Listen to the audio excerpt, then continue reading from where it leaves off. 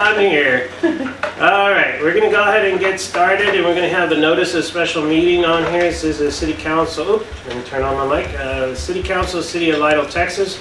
We'll meet in a special session on Monday, August 7th at Lytle City Hall at 6:30 p.m. The agenda is for us to go ahead and submit the tax rate to the City Council on here. I don't think we're going to have anything with executive session or anything, right? No. So we're just going to go ahead and submit this. But before we go in here, if you could, since this is a meeting, can you go ahead and do the roll call so we can go ahead and annotate that? District 1 Alderman Miguel Aguirre. Present. District 2 Alderman Richard Hughes. Present. District 3 Alderman David Emery. I'm here. District 4 Alderman Michael Rodriguez. Here. And District 5 Alderman Charles Cake. Not present. Okay, and we'll go ahead and go into it. This one, we're going to have two meetings. So we're going to do this one, and then we'll after we get done, we'll close this one, and then we'll go into the one that's going to take a little bit more time. Okay. So I'll go ahead and turn it over. Matt, here we go. Yes, I'll present this one. If you go to presentation. So again, this is just informational. We're not deciding anything tonight. It's just kind of a snapshot of where we're at. So these are the tax rates that we received for the 23-24 budget cycle. We can go to the next one. So just to kind of show you the comparisons from approved rates from the 22-23 budget. You can see Lytle, Hondo, Devine, all the cities right there. You have an M&O rate, an INS rate, and then your total tax rate. So where the M&O and INS work, it's that total tax rate at the end you'll look at. And you can see that in the 22-23 year, Lytle was the lowest, by a decent little amount there. So progressing into next year, or the current year now, if you'll go to the next one. So the top one is what we're looking at right there. Those are the tax rates we're presenting to you. So for the 23-24 tax rate, the no new revenue rate is 0.341605 per $100 evaluation. The voter approval rate, okay, so again, for those that don't know, the no new revenue rate is the exact tax rate we would adopt to bring in the exact same amount of money we did the previous year. So then you have a voter approval rate. It's 0.388374. That is the rate that the council can go up to and approve without forcing an election. So we can kind of edge up to that, and that's as high as we can go by state law. The de minimis rate is 0.548168 per 100, and what that is, that's the rate you would need to adopt to bring in exactly $500,000 more than you did the previous year. So if you look there on our rates from the 22-23 and then the 23-24, the rates that go across kind of shows the difference there. The voter approval rate is an increase from the rate we adopted last year, but it's only a 0.0240 increase in taxes if that's the rate the council decides to go with. So, and that's all we got. It's just a presentation of those numbers to you, and that kind of leads into the budget and how we keep moving from here. So just so you know, I know the terminology is a little bit confusing. It says voter approval rate. It's like, I guess you'd use a term like pre-approval or something, or the council approval. Yeah. So we are authorized to go ahead and do this in a different meeting and go ahead and go after the 0.38, okay? If we felt that we needed to get the 0.54, then we would need to go out and put it in an election, okay? We would actually have to go out to the people, and they would have to approve that. So if we go above the 0.388374, I think it was, the voters could petition us and force an election, and if they win, it takes us backwards. So we don't want to, you never really want to go over that rate. It's kind of what the law says. That's what you can kind of get up to. That's the top of the fence. Don't go over it. If you go over it, then the voters can have a say. Yep. So you kind of have an idea. So overall, we're doing pretty good. And you look, even if you go to the new rate, the 0.38, you can look at the other folks that are in there. This is from last year. That's last year. So everybody's probably going to, I would imagine, some people might go up, might go down. But remember, this year we're capturing the $8.5 million certificates of obligation that we didn't capture the year before. And that's money that we're going to throw into the debt, the INS portion. And that's what Lynette and Samco worked on to to move our debt around so we can capture that with our tax rate. It didn't get done last year. Okay. Any other questions? That all those numbers are derived from that tax calculation worksheet that you have in front of you. A lot of numbers. Loretta Holly at the tax office prepared that for us, so some good reading information. I think it said our increased value from new home construction and stuff like that this year was 16 million, I believe. So Matt, all we're going to do is just information, Just information on what we need to do. and then we come back later on and stuff, but you kind of have an idea in the background in case you need to do that. Kind of let you know what we were looking at internally to start the budget process on what our incomes could be for ad valorem. And what Matt's talking about, what Matt's talking about is on that second page right there. You can kind of see what he's talking about, the total on the values. And these were the values that I had put together so she could work her numbers over there. Roger that. And we're going to use some of this information so that we can Yeah. go ahead and look at the budget. And that's the other reason why we wanted to go ahead and present this to the council, so you kind of have an idea. So it's just following the sequence of things that we need to look at, just so we can kind of prepare ourselves and do those things. But unless you guys have any questions about this, or is there anything for Matt or for... I just have a quick question. Out of curiosity, these other cities that are listed, are they pretty much hitting their max voter approved rates? Okay, so I don't know that because a lot of them will be presenting tonight their rates. I can tell you, we saw one that is going, well, I don't know what they're going to, but I saw it was above what their previous year was as well. Okay. Thank you. I don't see how it can't, Michael. I know, that's what I was thinking as well. It's inevitable. Yep. Okay. It's all good. Do you have any questions or anything? So I gave you the long form because a lot of people had questions and to understand how we come up with those numbers so you can kind of see what we're putting in there. It's interesting math, try to do all that, but it's just a way that we can kind of get an idea of, in order for us to be able to operate, what would be the basis in there, unless we want to go to the voters and ask for an additional increase and put it in the ballot.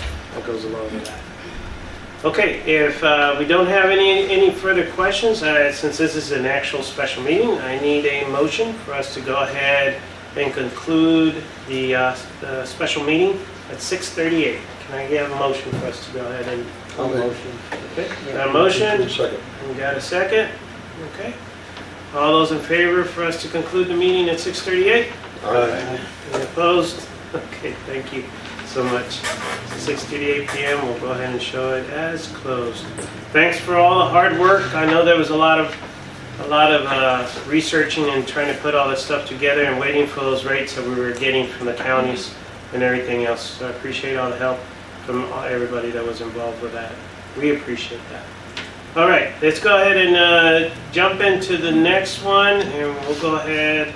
And this is going to be a notice of the workshop. The City Council of the City of Lytle, Texas will hold a workshop on August the 7th, 2023 at Lytle City Hall, located at 14916 Main Street at 6:30 p.m. The purpose for the workshop is to discuss the city's budget for fiscal year 2023-2024. Paula, if you can go ahead and show us opening the workshop at 6:39 p.m. All right? So with that in mind, we're going to go ahead and turn it over to Lynette so we can go ahead and go over the budget. I can tell you she's been working really hard.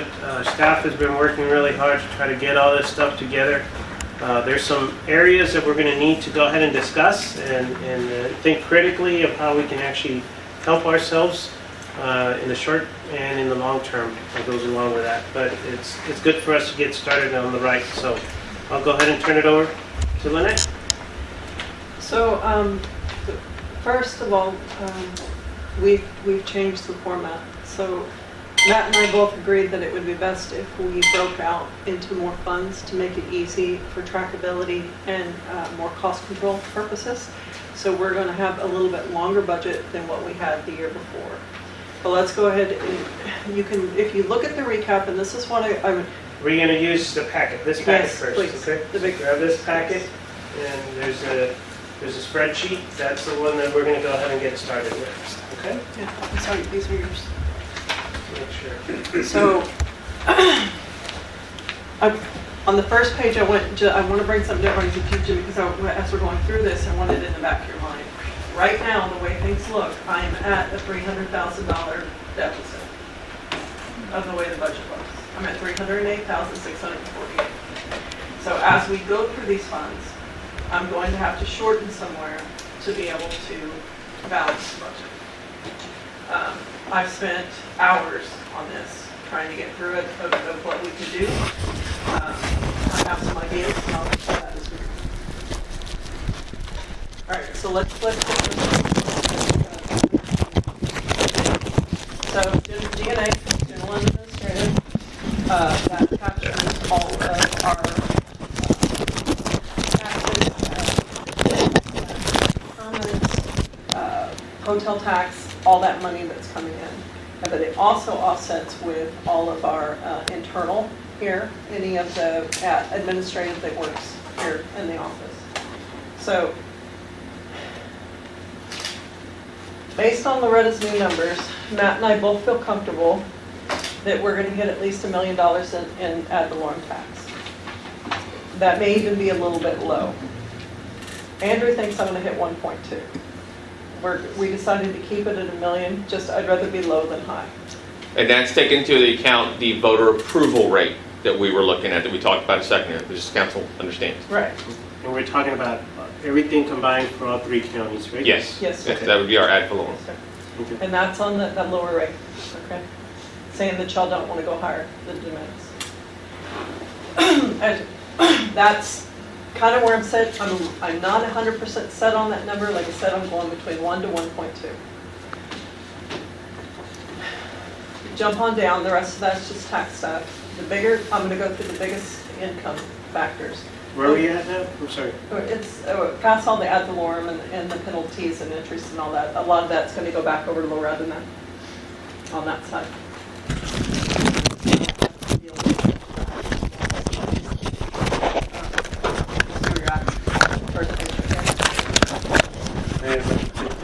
While she's scrolling on there. Sorry. Okay. So we're going to go down through here, penalties of interest, attorney fees, that's all about property tax. Property tax, we get down to hotel tax. Our hotel tax runs around, on average, $9,500 per month per year. Sometimes we get $12,000, sometimes we get $7,000, depending on the month. That's how I came up with that 110. It would be nice eventually if we could get another hotel here. That's not going to happen anytime soon, but that's how I base that number on. Franchise tax, I'm torn on that one as well. I've been going back and forth. I don't know what the new Stripes is going to do, and I don't know what the truck stop will do when they open. That is going to increase. So last year we budgeted $171,000. We're at $155,000. I've got 2 months to go. We're going to go over that $171,000. I just don't know where I'm comfortable saying that the money, how much we're going to bring in. Because I can't really say what Cindy's doing up here yet at Stripes. So that's for the city sales tax, right? Yes. The city sales tax. No, that's franchise. I thought the franchise is like some of the LLCs. power companies and all. Yeah, and the LLCs or Yeah, any of that. Because I'm we don't- sorry, I said Cindy. I'm sorry. Yeah. Yeah, no. See, I meant CPS with all the new stuff. And then we still have the possibility too, depending on how quickly they get in there, is Rise Broadband too. Right. Right? We've So got there all might be a those little coming. bit of that, a little wiggle room in there Yeah. too. So we have a lot of variables that I still can't estimate 100%. I still think that's low right there. Okay. Sales tax, city sales tax, like I said, I'm still estimating a little bit low at 1.4 million here. I really do think we're going to bring in more than that, mostly with Stripes opening up, with H&B expanding, and the new businesses that are coming in. I think Paul and I talked, I think we've got 4 new, we've got Colin coming in, there was 4 other ones that we had talked about. I think we're probably going to be a lot higher than that, but again, I'm being extremely conservative.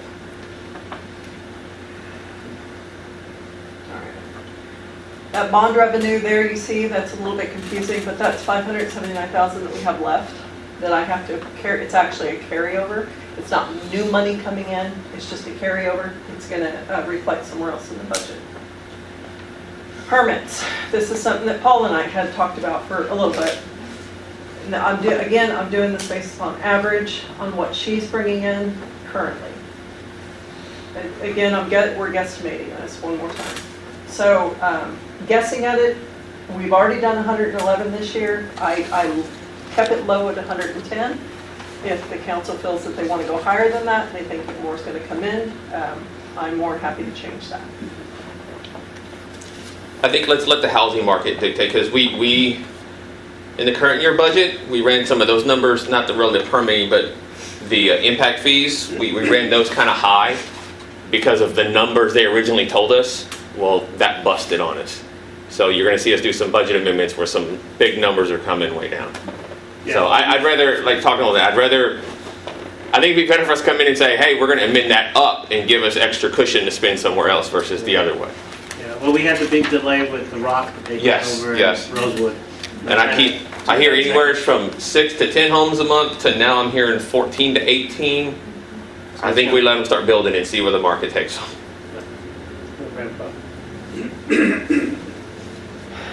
Beer and wine license, right now we're bringing about $380 in a month.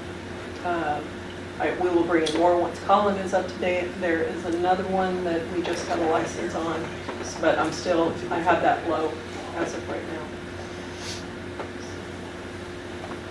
Beverage tax, beverage permits are the same thing. I'm in the same boat with that. Let's see. Garbage collection fee. It is currently the same as it was last year. Matt is going to talk about when did you say it would be due? In probably September? Early to mid-September is when Waste Management is going to release their CPI index. And that will let us know what percentage they're going to be going up. And then from there, we'll determine if our rate structure that we have can absorb that, or if we need to look at our rates to the end user. But we'll have to wait till we get closer to an actual approving a budget to know. Interest earned or just CDs that we bring in, collection fees, credit card fees. I'm doing all this based upon the average of what we did this year and what I see coming on over the last 6 months. These are our main incomes when it comes to what we call governmental incomes. And right now we're sitting at the 3.8 million. So with that said, do any of you, since you're out and about, do you have any opinions on where you would like those budget revenues? I mean, I think it's good that we're conservative and then we go forward, and we have some flexibility on the things that are going to happen. But, I mean, those are the numbers that we actually are looking at.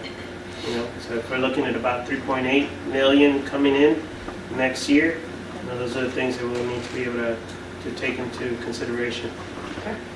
And we said we're at 300 deficit right there. And if, talking to Samco, they really think our ad loan is going to be closer to 1.2. That's 200,000 more, so it's really 100,000, Right. So it's already a good news. So some of these, we got a few in here that are very conservative on. Yeah. Very conservative. So give us a little bit more, give us flexibility and stuff. So. Well, when you were working these numbers, did you all talk at all about the fact that 24 is an election year and any impact that the So Andrew and I anxieties of election might bring in here? Andrew and I had a lot of talks about this. He thinks that the construction and all that rates are going to go down, and then they're going to come back up. So we're going to have a correction. That's why a little bit more why we're going on the conservative rate with the budget, just because he sees that drop coming, and it's just he's in these workshops all the time with it, and I trust him of what he's saying, and I agree with him too. So if it does, it could go either way. That's the part. I mean, if we were to get somebody else in, could it start booming again? Maybe. I mean, it's a crystal ball though. And I would think that the current administration might try to cool things fiscally to boost the economy a bit, just to make themselves more electable. That would work in our advantage up to the next election until we see who gets in there. I would still rather go conservative. Oh, no, I understand. I'm just philosophically talking here about things that are coming up. Now, the good thing for us here, and it's one of the strategies of what we try to get the amount of the homes, the average median on the homes around in this area is 300,000 plus, depending on where you're looking at. So our homes that are being built right now are in the 200s, so they're more affordable than the median that they're looking for. So you have folks that are either moving into the area and going into those, or people that are inside other areas that say, I can't afford those homes, and they're actually downsizing and coming into our area that way. Right. So in some ways, it's a good thing that our homes are at the medium income level, which is what we're looking for, not only for affordability, but also for workforce, because we need to have a workforce here if we're looking at being able to grow. Right. You got to have the workforce around here to support the retail as it happens too. So I think a combination of different things, but that's one of the other pluses for us based on the targeted homes that we're working on. So I do think these numbers are a little bit low. I think we will see an increase in those revenues, but I hate to keep them high and they come in low. When would you see the first milepost to start making adjustments? How far down the year? I would say 6 months. Okay. I would say 6 months in to at least give it a good solid average. Quarter wouldn't do it? I think I would be very careful with a quarter because you're going to be going into We're about to go into Christmas and all that. Yeah. Well, you're going to go into the holidays. Yeah. We're going to. Yeah. So I think 6 months is reasonable. I would like what we call a hot year. I mean, a hot quarter and a slow quarter. Yeah. Because we see a huge variation in between those, mostly like with sales tax and like hot, even like the summer. Like we don't have as much income coming in from the hotel as we do, as of course during the summer. And Paul has been maxing it out, or Paul has been giving me the deposits and maxing it out, like up to 12,000. During the other times it was what, 8,000 I think you were depositing. And Miguel and Richard, and you probably where I'm repeating myself again, but our fiscal year begins in October. So it's October to the end of September. So it's not based on the calendar year, it's based on the fiscal year. So what we're doing now is not going to start taking effect until October timeframe. And if you noticed in the bottom on there, on that spreadsheet that she has, so depending on how we do on this year and what we have, there might be some transfers, right? We could do it out of capital. We could bring it over So, if we need to. I'm trying not to. But I know one for sure is going to transfer, and that's going to be the hotel tax, right?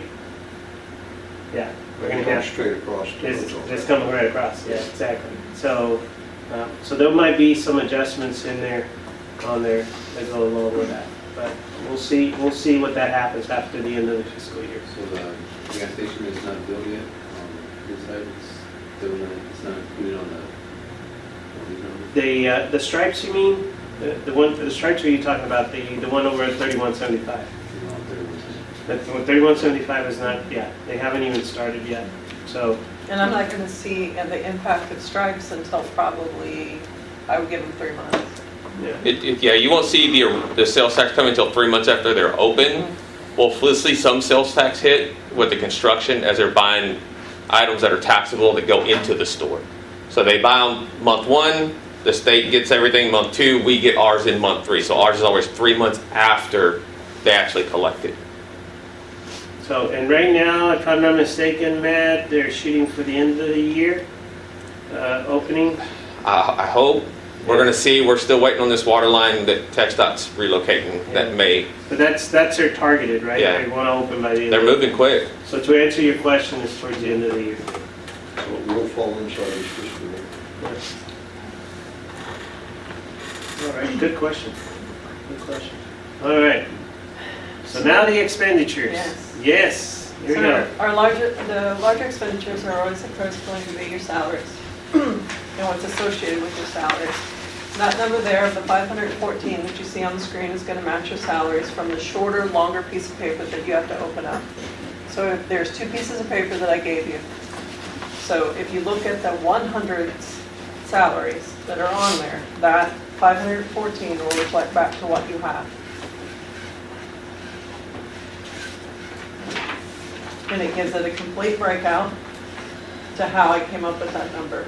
So you're saying the 514 is to this one, For this. right? Yeah. I'm bringing it up. So this is the breakdown that ties into that right there.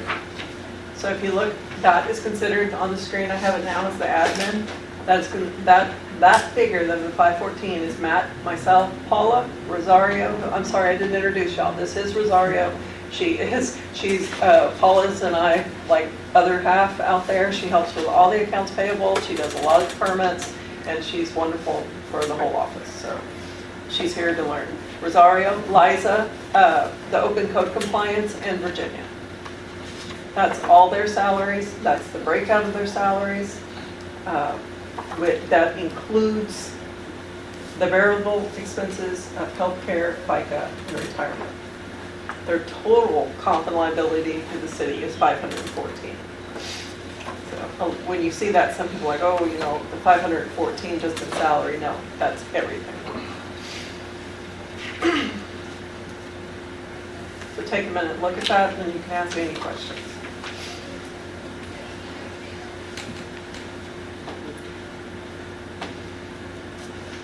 And that's going to be higher the coming year from the current year, because we moved all the admin people into admin versus paying, some out of water, some out of sewer, some out of this.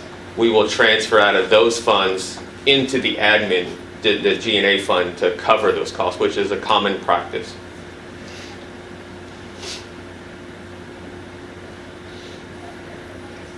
In that number there, we've also put in possible overtime. We did want to structure some overtime just because we have got very busy lately. It may or may not happen, it can't be flat across the board like that. But we did want to put some kind of cushion in there. But that would be the only thing that would be, a little flexible. But on this, okay. Go ahead. So on the other spreadsheet, when you're looking at the 514,000, that's just City Hall. That's only City Hall. Those are the ones that you see right there, and admin, Got it. and how it breaks down. Okay. So the court is completely separate. Yes, sir. Once, those being our bigger expenses, as you go down, then we have the other expenses as you go through the spreadsheet, anything from workers' comp to engineering fees, attorney fees, what it costs to run our tax appraisal system, building inspections, janitorial supplies, any kind of expense that would come out of the city. Some of these we expensed out 100%. Some of these we barely touched at all.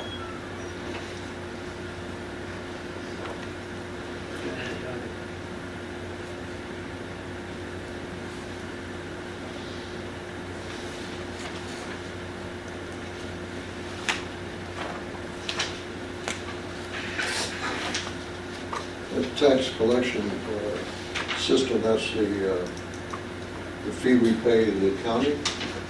No, that was last year, and as Paula was looking at that, I didn't put a fee in there this year. So I don't even think we're gonna have a read-only, the way that I understood it talking to Paula. So I don't think that Harris will be charging us anything.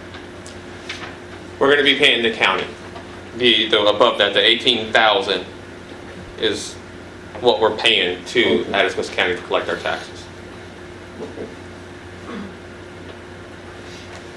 On the salary, Yes, sir. what does parks fall under? Parks? It's going to have its own division It now. had, yeah. So, And what does it entail? that's Mr. Wayne, and he opens the park, closes the park, does the maintenance of the park, the restrooms, helps with the community center. The overall goal is we're going to add, so code compliance was a part-time position in the city, and parks needed additional help to keep the parks maintained.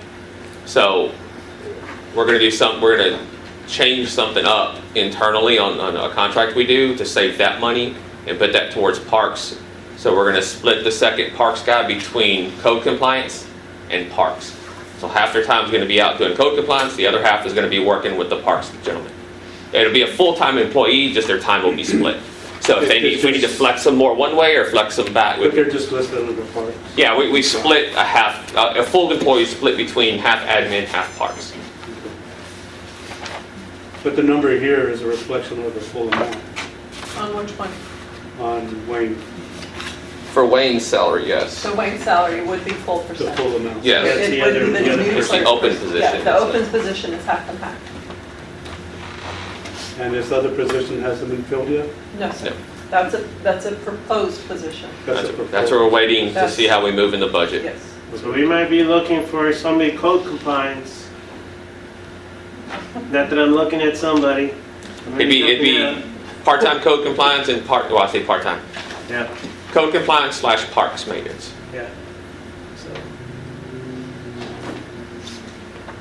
And that's honestly a great move because it's using, we can have somebody full-time instead of having two separate ones. A full-time have all the benefits that go along with that and have the flexibility to be able to adjust that goes along with that. I know with Wayne and Matt, do you want to talk a little bit about Wayne's and some of the responsibilities so we can give Public Works a little bit less and take care of the community center and stuff like That's that? what we're going to try to transfer Wayne.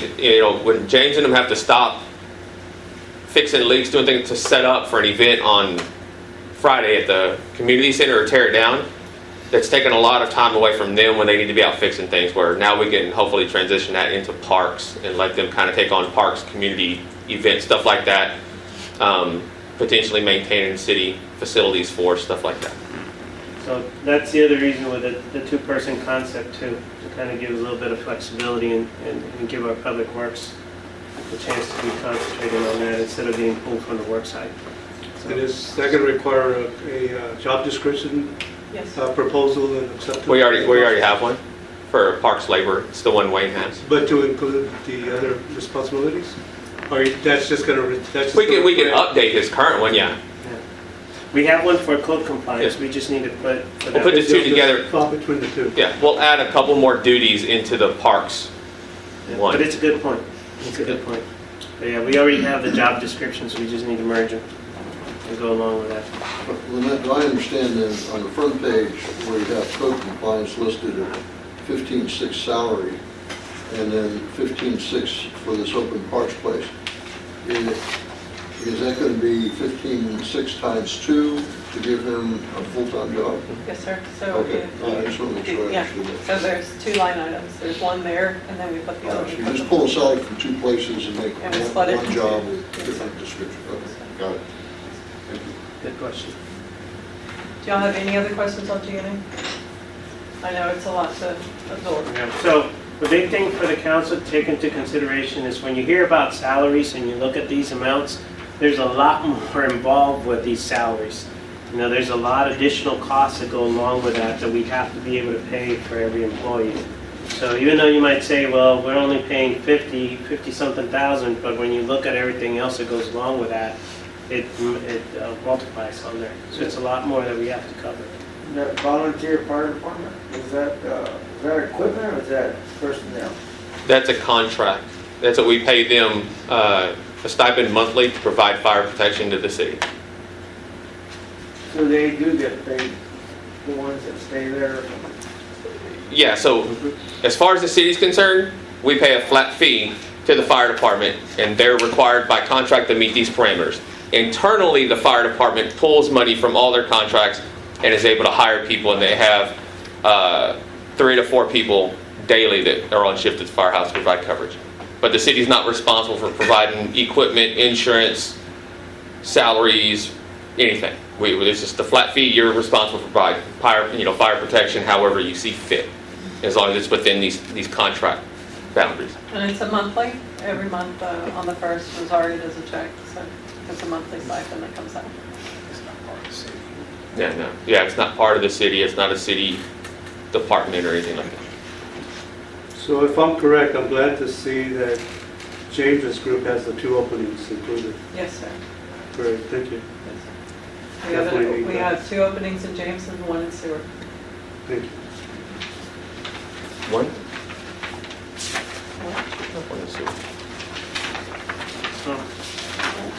Hey, have we used, have we used any money for the EMS building? I noticed that we put $5 grand in here. Do we have money from this past year? No. 2,000, and we have not expensed it. So I met with them already, and I'm gonna see what our department can do themselves to help bring some of the costs down.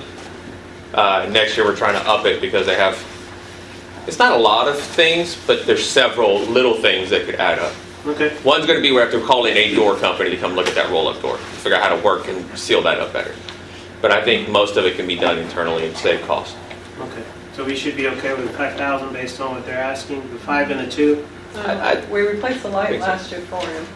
They really wanted that bigger light out there for clean out during the night. And then Mr. Bentley did some air conditioning work. But other than that, we really haven't did any. There's some additional work. Yeah, I've got the list and I've met with them. So. Yeah. Okay. I was just wondering if we needed to add what we've expensed so far, but they, not including what they need. It's been low this year. Any other questions on 100s, on the, what we call administration part? The stormwater, the admin, okay. You're on that then. The stormwater utility expense?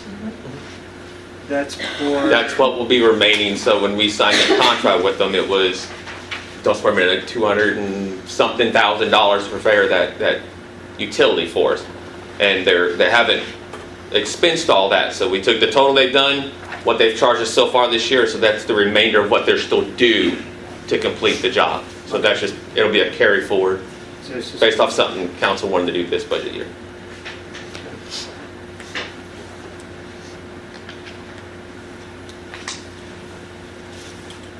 Just curious, what is bonds employees? Is that like a match?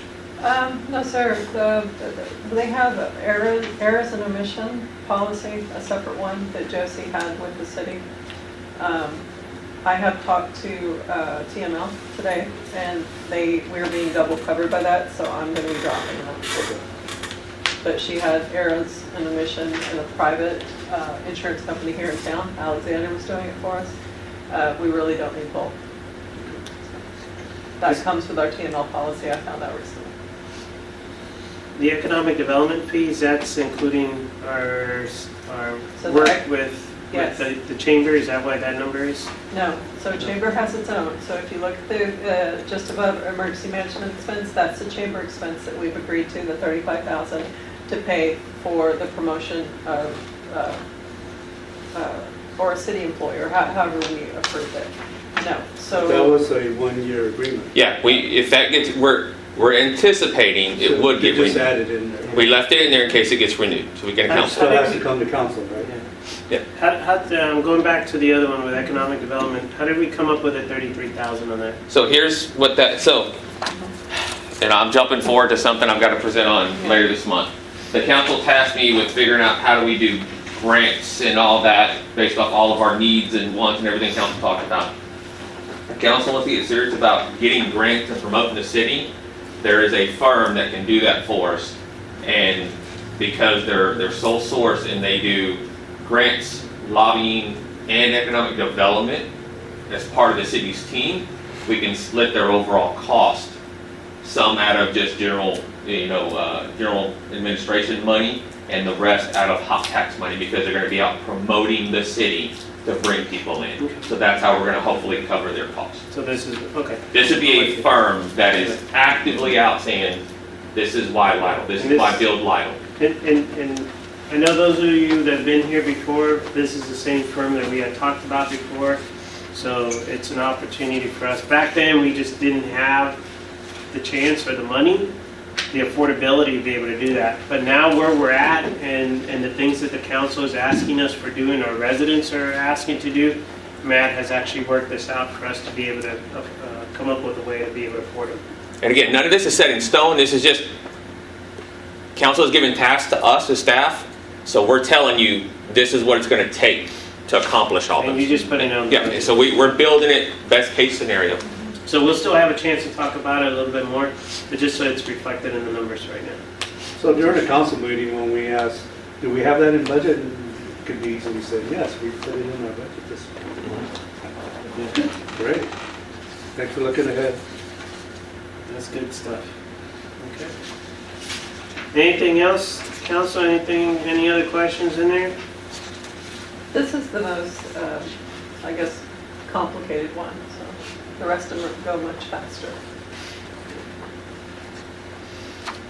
Anything?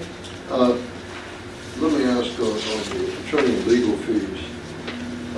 We've been with our new law firm a year now, or a little over a year. Yes, sir. How are we tracking on that compared to previous years? Are we paying more, are we paying less? We are paying more. Mhm. I'll let Matt take that one. So we are paying more, but we're also doing a lot more. When I say doing a lot, we've got a lot more going on. We've had some lawsuits the city's worked that they've worked on for us that have all since been dismissed, and some internal things they've worked on. But just, I mean, every time staff is tasked by council to go do something, we have to research it, and if it's an ordinance, we have to work with legal to draft said ordinance, you know. So example is we've got one we need to do for the new phase of Saddle Ridge, accepting the roads inside, you know. We've got the previous one, so we drafted it all up, we got everything we needed internally, and then legal has to review it still to make sure nothing's changed in the law, and there were some changes in that. So yes, there's some added expense, but as we continue to grow, it takes legal to do that. Well, I understand they have a full team up there of specialists, right? Oh, they do? So if we have a special request that we need, they send it to their expert. I can tell you, And give it back to us. with this firm, we have not had to third party anything outside of the firm to another lawyer to look at. They've been able to handle it in-house. So where Jesse is our primary go-to person for any of us here in the office, if it's something to do with contracts or employment, we always have a different attorney we work with, and they keep Jesse in the loop as the overall catch. So. And just for the council's historical, I mean, we've been very busy, but one of the great things when we picked this firm that came over to us, I mean, if we get the big guy involved, he charges $250. If we get Jesse or Molly, it's about $230 an hour that we get charged. And then if we use our clerk, it's about $190 that we have in there, our attorney for the court that goes along with that. Before we used to get a flat fee, our previous attorney, that was $350. So the closest that we get, we're saving $100 an hour by using this firm. If we go just with Frank all the time, but we actually spend more time with Jesse. So that's about $120 less per hour. Yeah, I have to look at their rates Yeah. again. It's on their bill. Yeah, it's 230. So actually, yeah, 230 to 350. That's 120, right? So Who's the other attorney that was here one time? our previous attorney was Tom Tate. No, those are not. Oh, Richard. He's just Jesse was out. So he came in. Yeah, we had Frank Garza was our last one. He's the head honcho for the firm, or one of the head honchos. And then the meeting before that was Richard, that sat over there, the white gentleman with glasses on. No, he was out there, and he came and talked. No, that was for the PID. Probably the PID, PID. Oh, that's another. Yeah, we've had a bunch of attorneys. So we're working. You're talking about Parkinson Hurst, so you're. But he does do stuff with us. Yes, and that's covered. The costs that you're seeing from the attorneys out here for the PID are covered by fees that the developer of the PID has already paid. That's not coming out of our budget. Yeah, we get them back. Yeah, we have a lot of attorneys in lately. Yeah, the PID has a whole different team. It seems like he's been around with us for a while. Yes. He's been through how many bonds? Yeah, this is the financial side of Samco. This is through this. But claim, what, 10 years? Yeah, so we've had a few. So are the highest cost with these new attorneys are $250. The average for upper levels attorneys are $230, and our prosecutors $190. I've been impressed from the very beginning with the law firm that we have now. Because of their depth of expertise, I I just feel very confident when we say, hey, Matt, get with the lawyers and work this out. They feed that out to the person that really has the experience, and they've done it before, so they don't have to do all the new research and reinvent the wheel. And that makes the turnaround time, I think, shorter. And exactly, we get a quick turnaround. Yeah. So that number, if it's an increase, doesn't bother me. I think we're getting a quality product. All right. Any other questions? Anything, Mike? Anything else that you have a question about? Or Miguel, Richard, anything else that you see on there? I have a question. I see we have water, gas, and sewer. Do we not have any electrical? No. No, sir. So electrical is all covered by either CPS or we have an open market such as AEP, Reliant, stuff like that. But we do not handle any electrical. Yeah, we have companies that pretty much do all that. We don't have to worry about it. We do have, just for your reference, it's kind of like a pseudo mix, but we're under contract with CPS to also take care of our gas. Yeah. So they do all the maintenance that goes along with the gas too. So it just saves the city some expenditures by having to have the certifications and the trained people and everything that goes along with that. So, and it's been a while. James, how long has CPS been running our gas? I think since '09, I'm not really sure. A long time. So it's been a while that we've been working with them, but definitely we'll see in the future too with a gas contract, right? And see what happens. It's built for what they're looking for this year. Yeah, I know. So it comes with the territory, but we do get some help and some relief by working with some of these folks that have a lot more depth, and they take care of those things for us. Just like with brush, right? Brush pickup, we actually have it contracted out. And we use them to go ahead and take care of that instead of us having Public Works running around or us asking Waste Management to take care of that. So we have other folks that actually help us out with things like that. Another good thing about CPS is our citizens can take advantage of their programs. True, very true. Yeah, Yeah. they have a lot larger base to go by, so. Now, since Lytle, to me, it seems like it keeps on moving out that way a little bit at a time. Now, does CPS go with it? No, there's just like water. You They want have to talk about they have a service territory. So we call them CCNs. It's our service territory. What the who are they? The Public Utility Commission. There you go. Public Utility Commission has said, hey, for this geographic area, you're the provider of said utility. So that's the same with kind of like school districts, right? Everybody's got their area, so that's the area for CPS. So if it pushes, I mean, if you have a big subdivision, I mean, you could have potentially half is within a CPS territory and the other half is in another utility territory. And they would have to bring in two separate. Inside the city limits, as you're aware, we have CPS, and then over towards your area, we got AEP, especially everybody that's in Coleman. Because the reason I'm saying that is because CPS goes even further out, but that area it doesn't. It seems like the bar where I have, that's where CPS stops. That's where they stop, yeah. But in other areas further than that, CPS does go in those areas. And I don't I haven't seen that. I know where we're you- trying to get Melissa to give us a little bit towards that side of where the lines are at and try to help us out. But just like Matt said, just like the school district has like little turns and, with the school district, you'll see the same thing with the power companies. But some of them don't make sense because it's like, okay, there's a road and it's kind of, Yeah. so, but there is a service territory that is identified. There's lines drawn out, and if you fall in there and there. Now, if there's a subdivision or something comes in and they work out a deal where one says, hey, we just want to be under one, and they trade among themselves, that's all worked out among them. And if you go to that, I think it's a public utility website, it's real neat because it will show you every water district and who has water. It's really neat to look at, and it'll have probably the electrical as well. Yeah. So, I mean, I think it's neat to look at. It might be boring to somebody, but I thought it was interesting. Yep. All right. Anything else on this? Any other questions or anything else before Lynette moves on to the next section? All right. There we go. All right, court is real short and sweet. Court is a two-people process with me kind of on the outside of it. The fines, I know that we have brought in $520,000 worth of fines right now. Richie and I talked on Saturday, kind of reduced that down a little bit. I'm going to go with 450 for next year, just based on average and then the conversation that Richie and I had. It could go up, it could go down. And we can't really estimate tickets or fines, or I don't.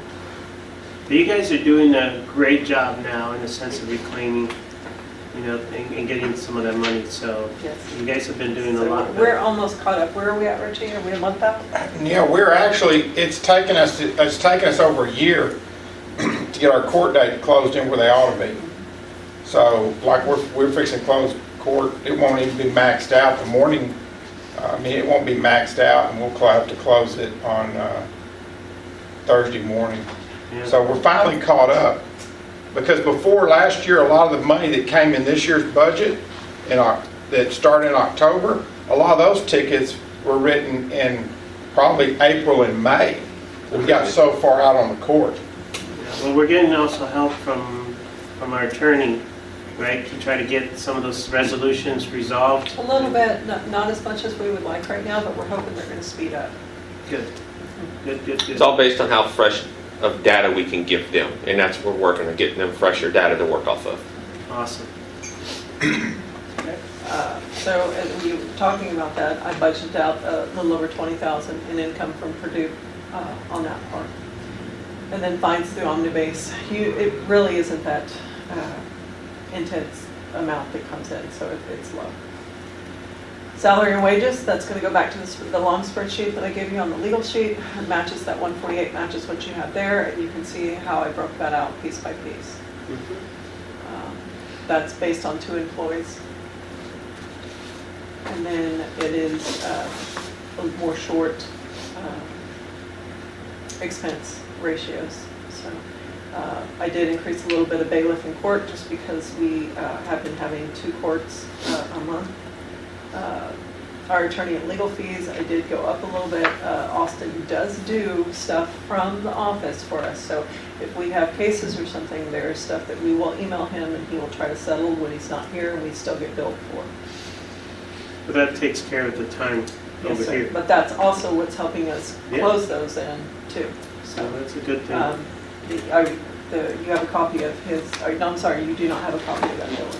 So, Purdue warrant fees, we do have to pay Purdue for every one that they do collect on. That based on kind of the average of what Ashley thinks that we're going to be able to do, and talking to Dan Romo about what they're planning to do. Dan is part of the Purdue group over there on the north side of town. FTA fees, we do have to pay them back to the state. That's the Omnibase fees. That's been the average. Like this year, we only did like 2,000. We didn't do a lot. I did up it a little bit. A lot of the paperwork and stuff, I don't think was really being done 100% correctly. So that's kind of why I upped that with it a little bit. Postage in court. I know that looks really high. I've gone over that several times. They're telling me they're putting out 100 parcels to 200 parcels a week, and that's based upon, what is postage now, 67 cents, and based on 52 weeks. So I know that seems really high, but I also added a little bit more because we do certified mail a lot. Court supplies. That's not a large amount. We just have some little stuff that we need to do. We're getting a new card reader to keep here in the courtrooms so the girls don't have to unplug and replug and all that stuff like that. Court training, Ashley is hoping we will be getting a new person in to do, would like to send her at least to Court 1 training, and Ashley eventually to Court 2 training. Municipal court fees, these are the fees that I have to pay back. So every time that we bring them in, we get paid, there's money that goes back to the state. So that's why that's a little bit higher based upon where we were last year. I've already paid in $205,000. These are quarterly fees that have to be paid back. Magistrate fees. I think Matt was going to talk to the magistrate to maybe, I don't know if she's going to go up or down. I did go up a little bit on these fees because I think we may have to. Am I right? Is that, I would imagine she'd want more, but our municipal court judge has some other ideas on maybe what he wants to do that we need to discuss for the magistration portion. But we'll see. but that's where I've got that right now, because there's still some stuff in question. $4,000 of miscellaneous expense that, that's kind of my catch-all of stuff that may come in. Supplies for court. This is not a capital expense. This is more of Post-it notes, pens, printer ink, stuff like that we have. Of course, we go through a lot of paper. Office court technology, that is an allocation percentage from Frontera that comes in for them to maintain and keep up with our system and with input. Any questions on court?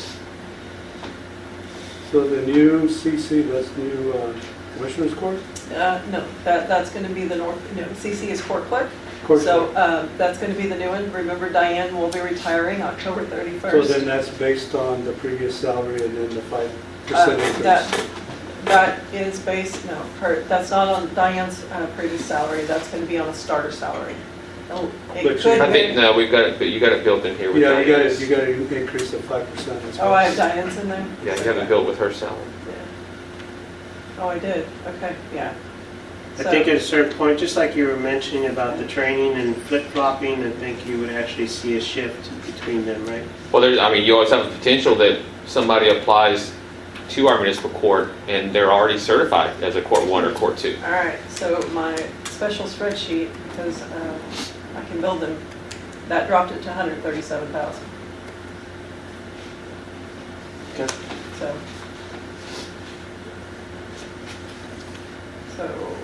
I'll have to refill that up from the 148,000 to 137,000 if I drop her to $16.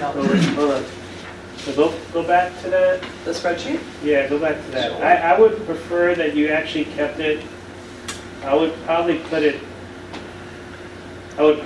cushion in there, just like Matt said. If we hire somebody that's already certified, or it gives you. I'd rather you have flexibility to build up. So, All right. I would go ahead and do that. Back to the 48. Yeah. Because it wouldn't, even if you hired somebody below, it wouldn't be fair that you had somebody, that is going to be the head and they're getting paid the same as the other, right? So give yourself a little bit of flexibility so you can kind of play with the wages to go along with that, based on the certification. Yes, sir.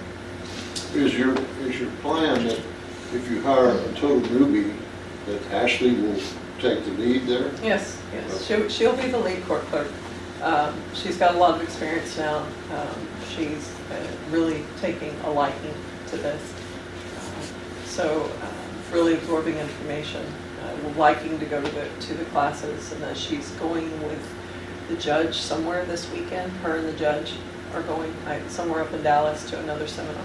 Good deal. All right.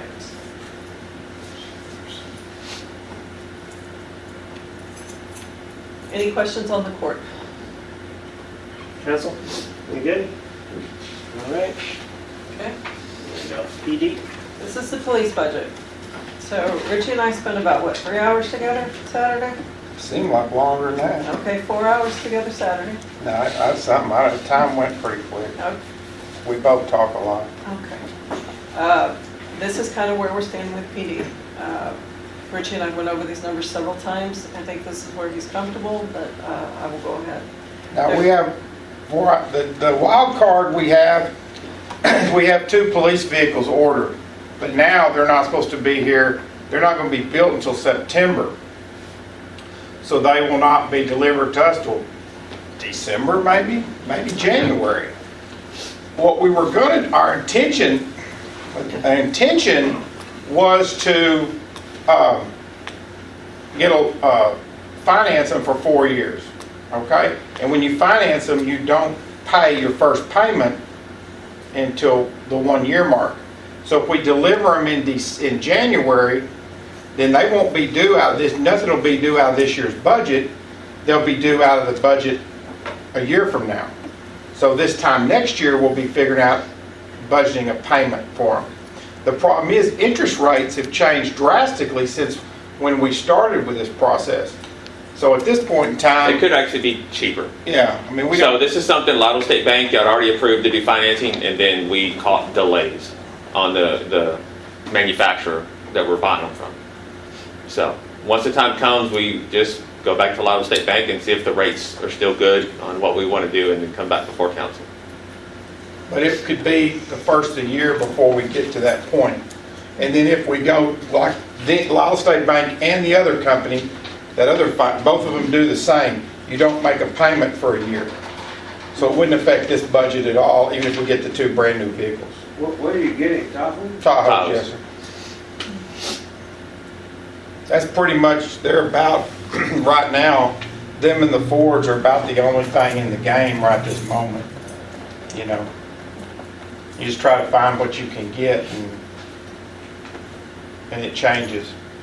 Very frustrating. Never's been like this before ever until COVID hit with vehicles. You try to get a Hyundai?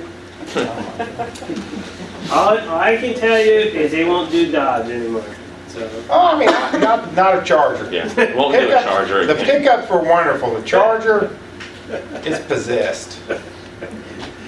No more There's Chargers. still one out there, right? Yes, sir. Well, it's the only one. It's the only one. When it's gone, it's gone. That thing has been, that is too low to the ground, you know. Occasionally we have council members that want us to get something because they think a car maybe gets better mileage than an SUV. But the problem is, you know, with the roads and the bar ditches, the cars are just too low to the ground. But I thought you got that car because you thought it was cool to have a fast car. No, I didn't want a fast car. I can't even barely get into things. That's all I remember. So get a car to do the hot pursuits on, you know? It actually, the first few months, it actually spent time in the shop. No, it's been a lot of time in Was the in the shop shop. last week? So, I've had it, but I'm talking about like long term. I know, it's possessed. It is pristine, no doubt. It is Christine, the old movie Christine, you know, one of those. Yeah, I'm gonna give it to him. Put it in a museum somewhere. Whatever. Let's get back to this, so, Okay, so there is no money really that comes in for revenue. I do book about $1,000 for the police officer's allocation. That is dedicated money that Richie gets in. I literally put it into a bank account that I legally have to, and then I transfer it out at the end of the year and put it back into his fund. So that's what that 1,000 is. And then of course he did have a little donations come in this year. That's very variable. Who knows what will happen next year with that. I did not budget any of that. And then he does have a PD account where it's got about close to 8,000, so he gets a little bit of interest earned on that one. Now, what is that? Oh, that's the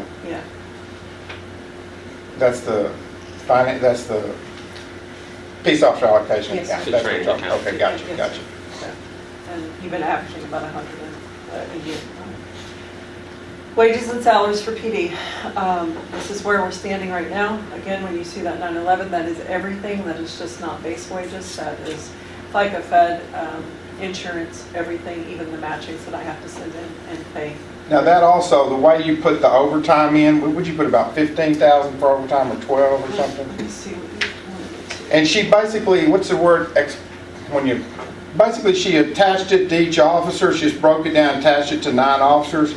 So she'd have a way to calculate the FICA and retirement and all that. So that's not actually really assigned to that officer.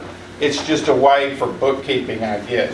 So because if you pay out 10,000 in overtime over the course of a year, then you. I would rather overestimate for FICA than underestimate it, because if we do have the overtime in there, then it's going to show a negative and we will have to do some adjustment at the end of the year. Not saying that he is going to use all this 12,000 in possible OT that we decided to put in here, but he may. I mean, most of the growth. And it's not, and it's also if you have a guy who quits during the middle of the year and you owe him 2 weeks vacation, he's, you know, you got that his pay, that would come out of that. You know, of course, if that happened, it'd free up money in another. You know, but in general, that's what that is. It's for that. It's for emergency vacation pay. It's for overage of vacation pay if they go over at the end of the year and they have to pay them by policy. So it's really, it's a lot. When fully staffed, traditionally we have very little overtime. But, you know, so that's the key, is getting fully staffed. And another thing you're going to see that I didn't do last year that did affect my numbers when I'm trying to close was the incentive pay. I didn't take that into account last year. So Richie and I sat down and figured every employee that would have possible incentive pay coming in, because that would be subject to retirement like in Fed. So, And that is what they get for, if they, a couple officers have college degrees, and then they're basic on their license levels, they get, you know, most you get, if you have a bachelor's degree and a master peace officer, it's like $2,100 more a year. So the smaller numbers, but we've got it pretty much down to the penny, how that would come out now. So that 20,000 in there is not set in stone, but a possibility.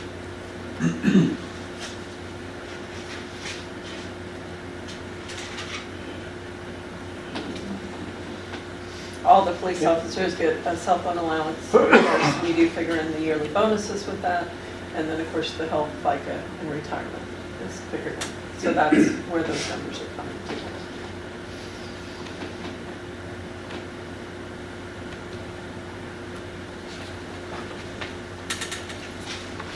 Any questions on the revenues or the salaries?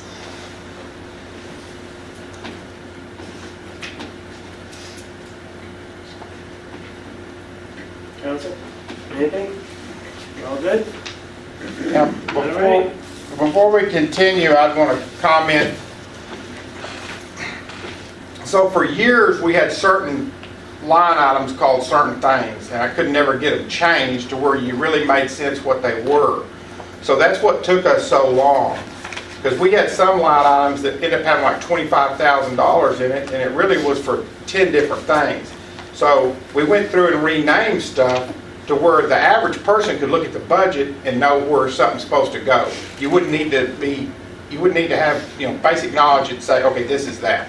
So it took a while, but Lynette created, we eliminated some items that were, you know, we had some things that said maintenance, systems, and equipment, and then we had maintenance, system, and equipment building or different, and so when you're in there trying to code stuff, it's the exact, you know, it's very easy to get confused.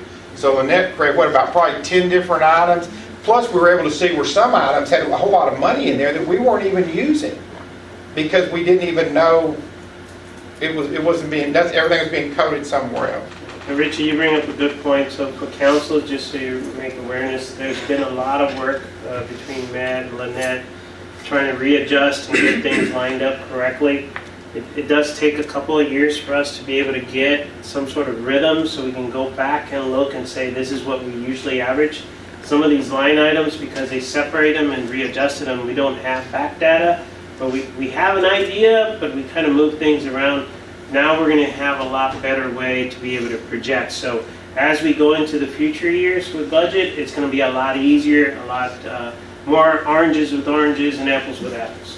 So it's going to work out a lot better. And plus, if you hire a staff member and if you hire a new police chief next year and you show them that budget, you're like, what is this? Where does this go? How do I know what this even is?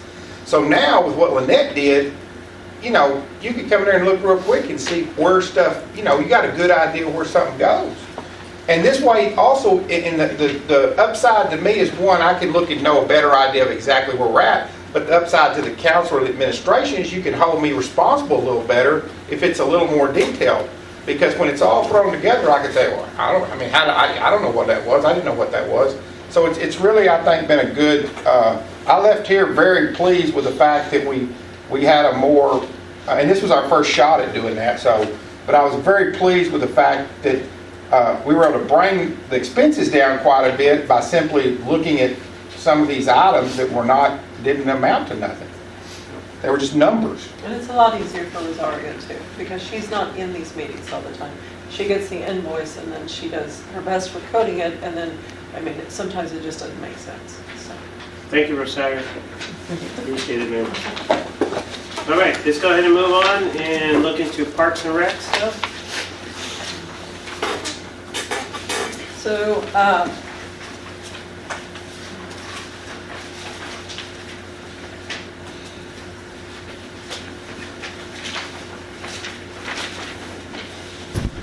We do have money that comes in on parks, but I have it under community events more, so I may change that.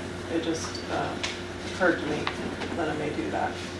Right now, let's look at the salary and wages. But in general, parks and wages, I mean, parks and is a service for the city, but we do pavilion rentals. What else do we do out there?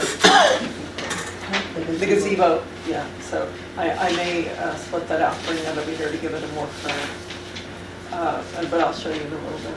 So total that was going to be for 2 parks employees. That came out to $81,000. What was it, parks and a half? So we'll have 1.5 because we're going to split it out. That's how I came up with that number. With Wayne, and then of course 1 part-time employee, which you can see on the screen. That's how I came up with the $81,000. Then I have a real short expense breakdown from workers' comp, professional fees, consulting for the park engineer. I mean, there's stuff in here that I'm really not getting. We're not going to budget too high for. We did take the sidewalk cost to here for consulting engineer. I need to talk to Matt to see how we want to capture that in the future, but that's where you see that $24,000 there listed. Otherwise, I did take in consideration of y'all asking about putting new park equipment out in coal mine. That is where that $20,000 there for repairs and maintenance. You said the swings, stuff like that. Mm-hmm. We are budgeting for that, but otherwise that's just the minimal of what we used for the park operations. The one thing I see we missed on it is the Little League's request for maybe a storage building. We need to look at that, but that's, I think it was 15, 17,000 or something. Yeah, is what they had on. Yeah, if you could please. Yeah, we'll look at that. There's. How much do you want to put in it? It was do 17,000. It was somewhere. Is it going to be something like Chief just bought? Something, I don't know. They gave me some numbers on some stuff. So I think it was 17,000. For some reason that number sits. It was either 15 or 17, but shoot, 17. All right, there we go. I think that's what it was. All right. Thank you. Okay. All right, changed. If y'all see something, I can change it as we go. This is. All right. So the streets budget again. Oh, okay. So now we're moving to streets. Do you have any questions on park? Parks and Recs. Anything? Anything good? Just can't believe we're spending $148,000 on parks. 148,000 what?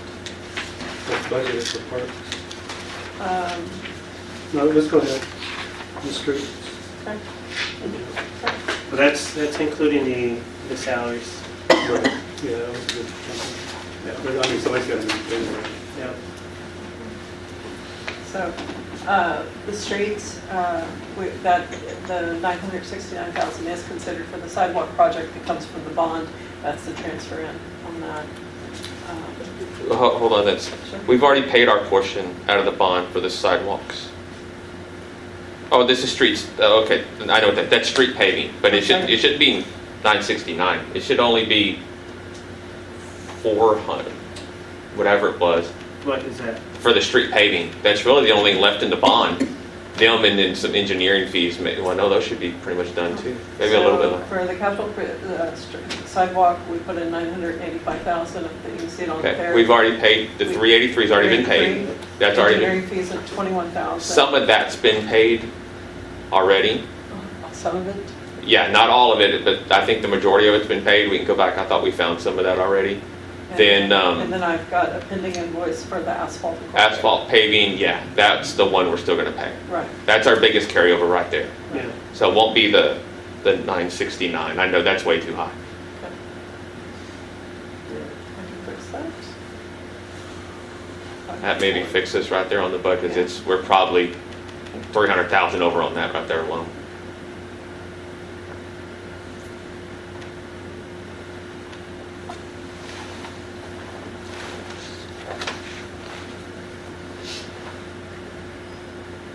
We still do fogging?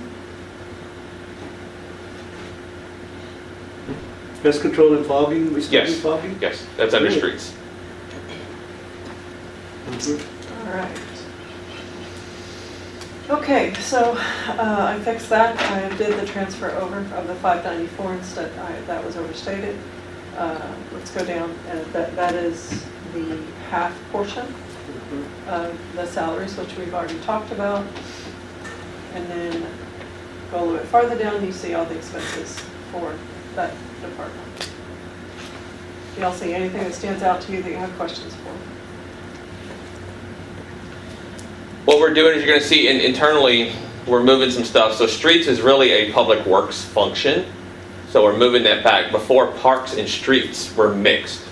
So we're putting that back in James's court and assigning one of his lower end guys that's a lower end salary into streets department. And we already have a job description. Yeah, I mean, that's what makes parks stand out, so, because it wasn't done before. Yeah, it was mixed with streets, and it was really weird, and it was confusing. So parks are going to have their own, and now James is going to have a true picture of public works on what all he has. I think it's great. I do want to go back and just go back and look. I still the numbers for the transfer of operations, you know, for the revenue coming in for that, for the streets. Relook at that. Just take the time and look at it. For some reason, I think, because we switched it to 500 and something, but I think it might be higher than that for some reason. So this is the reconciliation I did for that. That's on the thing. We dedicated 985,000. I can tell you for a fact we've already paid the 383,710 to the state. Yes. We've paid a portion already to TRC, probably the majority of it, because that's where they drew up the plans for street paving. They'll still have some left in that 21,000. How much exactly, I don't know. We can go back to their invoices tomorrow and look. And then the 594, I would be comfortable saying we have roughly 600,000 left to spend there. Yeah. Maybe six. So this is from the capital improvement. Yeah. For the 8.5 million total. But didn't we have some money left over before that was supposed to carry over for the streets From where? from last year? No, we're still in the year. No, We're it doing was from the previous year. No? We didn't have, for some reason, I thought we had like 100 grand. no. We spent everything. Street paving, we did 200 and some odd thousand street paving, which had a big carryover from the year before that for street paving that we did. This year, the 50,000 we had street paving. That's still, we're kind of still have that earmarked for the County Road 6842 project, where we bought $4,000 worth already of milling. We'll have to bring equipment and stuff like that to finish that stuff. That's right. It's just in my head. I was just for some reason I thought we still had some money that was carried I'm over. comfortable if we show 6 to 610 left instead of the full 985. We can verify. They can verify the numbers this week, but So out of that, you're saying out of that 985, we have 600,000 left? yeah, we've expensed everything else already. But all those three right there add up to 999,000. Just take a look at it. We can get that. Just take a look at it and look at it from the revenue and then, you know, the expense portion of it. Yes. And just balance it out. But just take a look, see if we did have any money that was left over from last year. That might have been there. In a different You mean the year previous to the one we're in now? That's correct. We didn't do any carryover. No. for the- I don't think we did. We expensed it all. So we had transfers in from general fund bank account because it was, I think that was 2 years ago. Yeah, that was 2. Right? Yeah. Okay. That's right. All right. All right, so right now we're sitting at, do y'all have any questions here about this? And there's, this is booking that 50,000 for the drainage project. Now, what you won't see there as an income, potentially, is if we can get the stormwater utility fund adopted and start collecting on that. So But that goes into an earmarked account, right? that goes into stormwater utility, drainage, streets. You can use it for all. You can pay salaries out of it.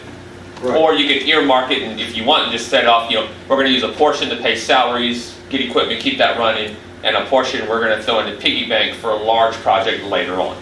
Yeah. Like Bend City. Yeah. Or you go out and get certificates of obligation and leverage what you're bringing in over here to make that payment. Imagine that. And then another questionable item I had on there, I know we're gonna be doing more street lighting. Right now, we're at 37,000. I did increase it to 50,000. I don't have a total on street lighting that is gonna be coming in yet. I'm still waiting on those numbers. No, it's a good call. It's a good call. So, community center, do y'all have any questions on streets at all? On how I came up with those numbers? Anything at all? All right, here we go. So rental fees, actually, this is where I was talking about. Rental fees kind of loops everything together. That's including the pavilion at the park. So I would have to go in and break all that out to kind of figure out what's what. But we're currently at 27,185. That is the community center, the annex, and any park rental. So that's not complete community center. It kind of occurred to me when we were going through this. So now I've got it booked at 40. Matt has decided that we were talking the other day going ahead with the, what is it, Warjerna CD, and using that for the repairs and maintenance, or the, not maintenance, the capital improvements that we need over at the community center. That would be the foundation. Yes. Maybe start. So you'll see, we can start working with TRC because it's going to be to the threshold. We have to use an engineer, but which hurts us. But yeah, I mean, Foundation, floor. We got to do the foundation first, but a few other things in there to bring it up to speed. So we may do a couple things where we get the overall concept of what we want to do, and then let them price it out, and we determine based off numbers what we can do. And the rentals are up on that, right? Since we came out with a new Our scale. our rentals are up 3 times to what they used to be since we've, they went up huge. Yes. So it's still a majority of locals that come in. We have some, but I wouldn't say a lot of people when you're booking them, are you? It's mostly locals, so. There's a few outside that come in. And of course, we're hosting some community outreach events too. That's been a huge success too, so that's worked out really good for us. All right. Down below, I did budget some money in there. This is Apollo money, so y'all can blame her. 25,000. She wants a new Christmas tree. I do. She wants new Christmas. Well, we do need to. We're going to do it in phases, Council. We need to start replacing areas. We can't do all Main Street and everything at one time, but we need to start one area, build it up next year, the next area, just do it in phases. And it'll take us a few years, but start changing our decorations that have been with us for a long period of time. So go quality versus quantity. Yes. Yeah. It's not about the number.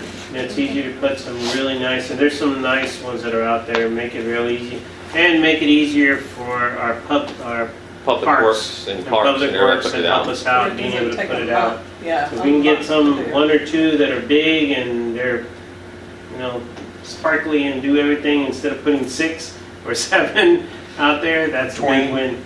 No, it took public works almost How many did you say? 20? 20. Yeah. Be able to do that. So this is good. We need to do that. I did budget in the senior events based upon quarterlies that Paula will be having over there. Repairs and maintenance, that's an offset to the $159,000 of the CD that we will be cashing out towards the capital repairs over there. The $59,000 is the engineering fees. We talked about taking the repairs and maintenance down to $100,000. That way the full 159 CD would cover repairs and engineering fees is what we're looking at. If we have extra, we can always throw more, but realistically that's what we need to. I don't know what the number's going to come out to be, but we're just throwing them out. I just changed it. Yeah, perfect. See what it looks So that's like. the number on the CD, the actual number? The actual, the value of it is 150. Matter of fact, it'll be on the next agenda for renewal. But Repairs and maintenance, monthly costs, that it can be anything from janitorial to, what else do we do over there? AC, cleaning the vents, anything like that that can be just regular kind of maintenance. Same thing with the annex building. Workers' comp liability, we do have to carry something a little bit over there, which we really didn't have before. So the new TML insurance guy is really making sure that we have everything that we need. for the events over there. Museum expense, that is, I dropped that down to 1,000. Y'all, I'm gonna let the council make up their mind on what they want to do with that.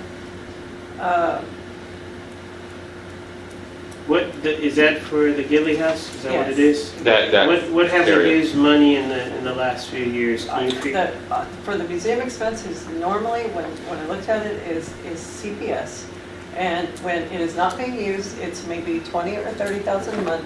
And to the most is what we pay, 400 or 500 for Christmas when we have all the Christmas bug in there. The only thing we've done over there this year is the bench. I don't know if y'all been by there, but the bench is up. Matter of fact, we'll get some crushed granite in it tomorrow. They're going to finish out the project.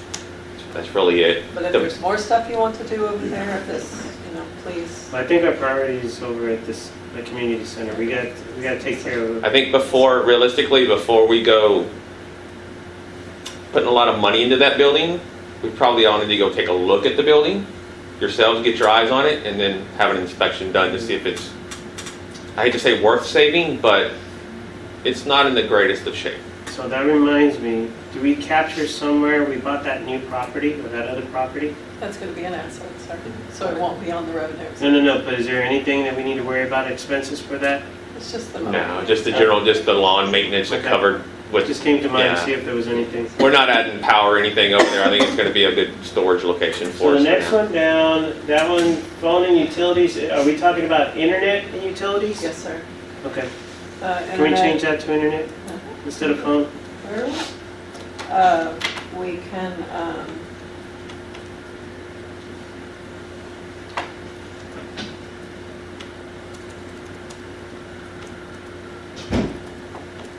That's come in handy for us. How did that work out? It's worked out really good. The only thing right now is just the room gets really hot, so it's locked We need up. to, I'll get with So- Public Works if we can't cut a couple holes, one high, one low with vents, I guess. Maybe we, I don't know. We'll try to Replace the figure door. out something, but Or what it's working out really revamp good, it. and when we bring in our folks for our outreach programs, which is multiple agencies, even the folks, when they came out and did the haircuts, and we had the folks with the insurance and a few other Yeah. people in there, they all get a chance. Matt did a great job of posting the code up there, so people can go ahead and go into the public. We have a dedicated room, is that what you're talking about? There's a room where they put the equipment in, Right. yeah, in there. So, Pretty small. yeah, but Positive. it's a closet, basically, but it's been working out. We just need to kind of monitor it just for the heat in there and stuff, but it's worked out really good. So, I'm getting out of this, but is Rise here already? Not yet. They're currently installing. Okay. Fiber throughout the whole. We tried to reach out to them, they said they wouldn't do us. So we went ahead and got the other one from Castroville. You should have Rise close to you very soon. Yeah, just hang in there, hang in there. We got them, and I've heard also about Spectrum. Spectrum's going to be installing Spectrum fiber. building out too. We haven't, we got an indication, but I can tell you Rise is coming. That one is done pretty They've much. already got locates in. They're working in Yeah. town. They're starting out in Twin Lakes and They pushing. say they're here, publicly, they're announcing that they're here already. So they're here, line of sight antenna. So this is with an antenna like a dish and it's pointed to another. It's called line of sight antenna. What they're doing with this one, this is fiber. It's through the ground. So actually getting connected. Now they're not going to go out to the house unless the resident says, they're going to go along the side, but the resident says, I want fiber. Then they'll push it in. So that's how they're going to minimize some of their expenses. But you'll actually have fiber going right in front of your house or somewhere around your house. So if you want it, you can obtain it. I won't know what to do. Yep. That'd be good. And hopefully You're the costs are the gig same out. that they were quoting us, because honestly, fiber, the cost that they were telling us was even cheaper than line of sight, and it's faster, I think they've already got it published on their website. right? So it'll be good. It'll be a good thing. This is a huge win for Lytle. Huge win. So it's a good thing. A lot of involvement. Matt involved heavily. A lot of coordination. A lot of help from folks in Medina County too, just to kind of work things out. So this is a huge win for us and for our kids too. So they're going to go into coal mine. They're going to go everywhere, everywhere. so we can actually watch a movie without it recycling. Yeah, exactly. I can't wait. Yeah, they'll Did you just. see that movie? Oh, I'm still watching it. Let it go ahead and do that. It's a good question. But we're going to get there, Richard. We're going to get there. Yeah, this is going to be a good thing for us. It'll be good for our families, too. All right, so the next one is janitorial. When I say that kind of expense, Paula keeps janitorial supplies for our cleaners, the bleach,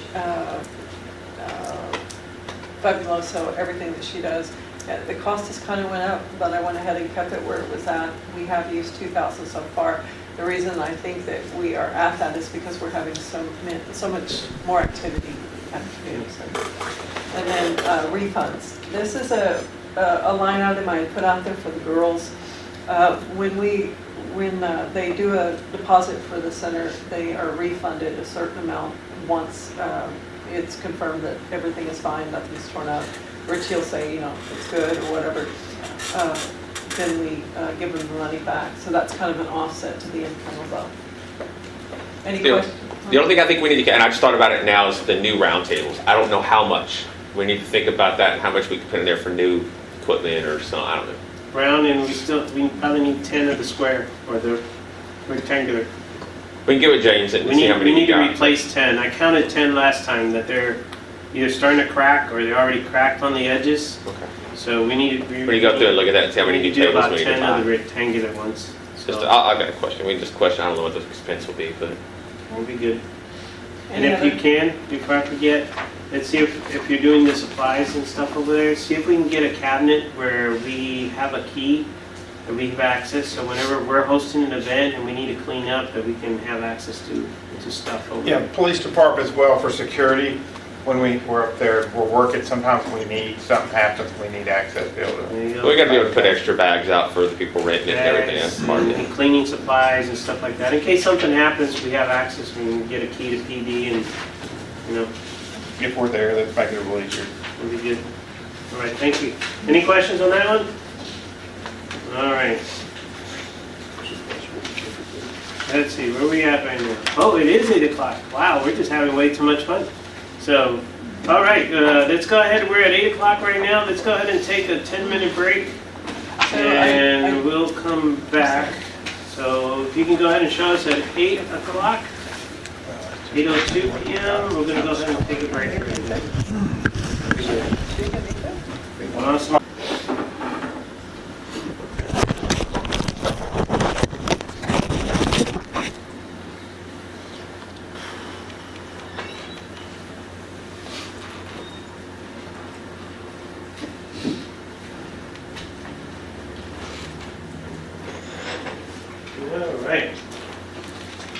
All right, we're gonna go live audio. Yes, sir. Thank you so much. Let's go ahead and show Paula. If you can go ahead and show us back from the break. It's at 8:17. Good break. Good break.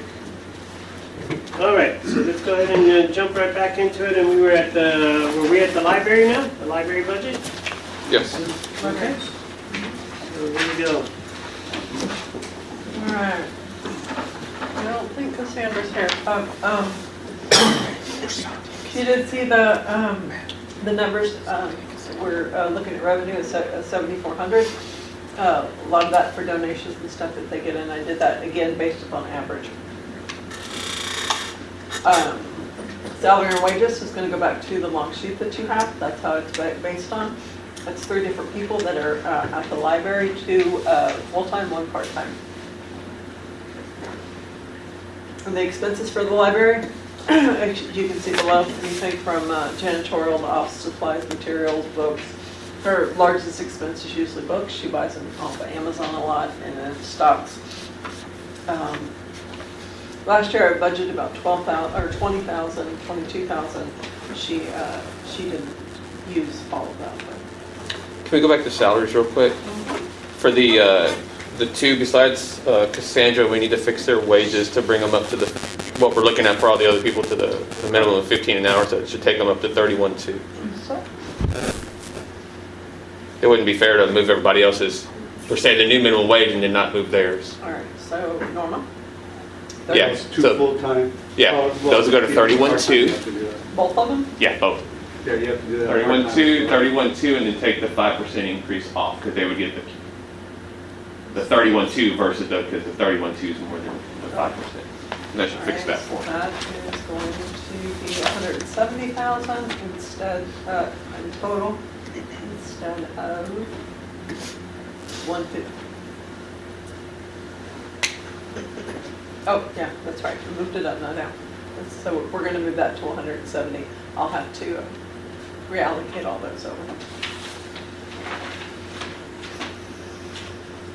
So let's look through the expenses. Is there any questions y'all have in there? And the only reason I put the 10,000 in there for capital improvements, she's been having a lot of problems with her air conditioning. It's locking up a lot. Mr. Bentley has been over there working on it, and I'm just cushioning in case she does need a new air conditioner.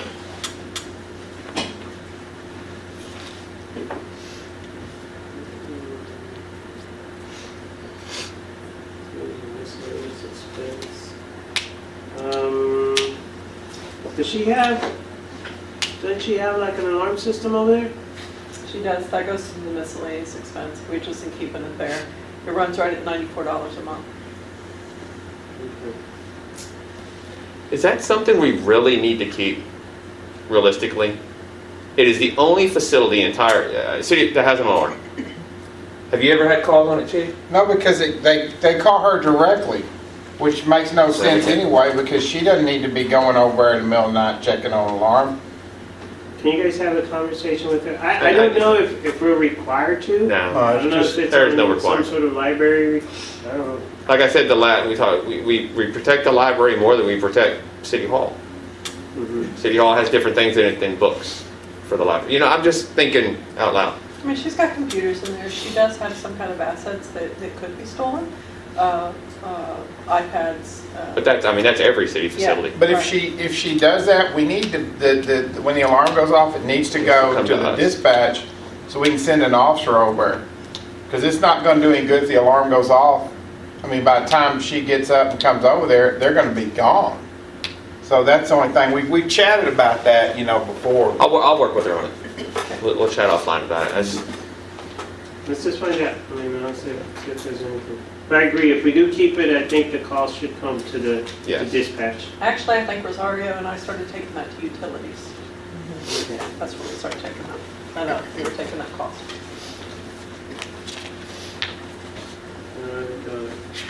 Any other questions? Do we have, on the revenue, we don't show anything in there. Didn't we have some money coming in from Atascosa or anybody else? I have not confirmed. We usually get No. $7,200 a year. That was a very odd transaction that was put in the system. It literally goes in and goes right back out. No, okay. So when I talked to Cassandra, no. The way Atascosa County works is she requests something from them and sends them the invoice, and they pay for it. We never see the money. It never runs through our bank, so we don't need to account for it. They were booking it, but I didn't. Yeah, we never got it. I couldn't find that. It was never put in the bank.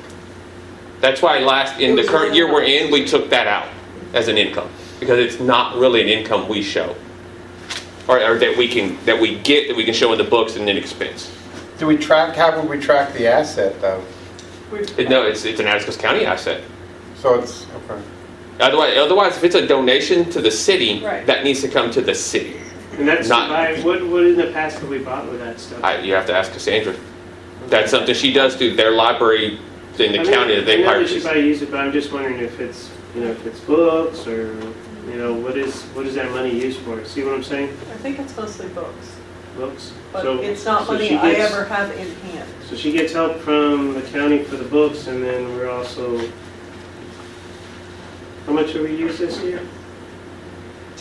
8,000. This year, our totals are 7,026. Okay. I didn't want to set her too high. I think she's doing a little bit better than she did last year. What are we booking?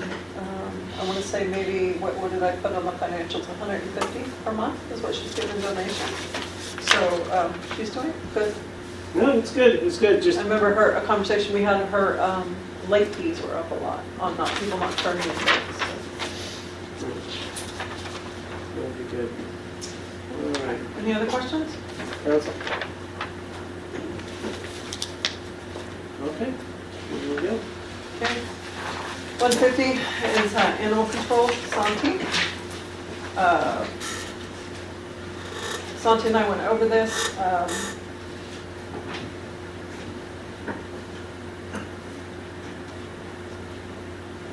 Can we go to salaries under Melinda and fix hers to the 31.2 as well, please?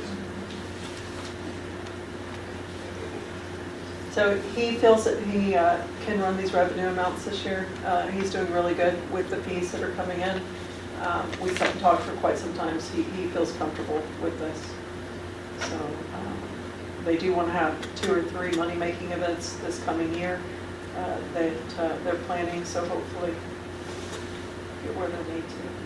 I'm sorry, I thought we were already to expenses on that. I'm sorry. You're fine. Okay, let's go ahead with salaries. I do need to adjust.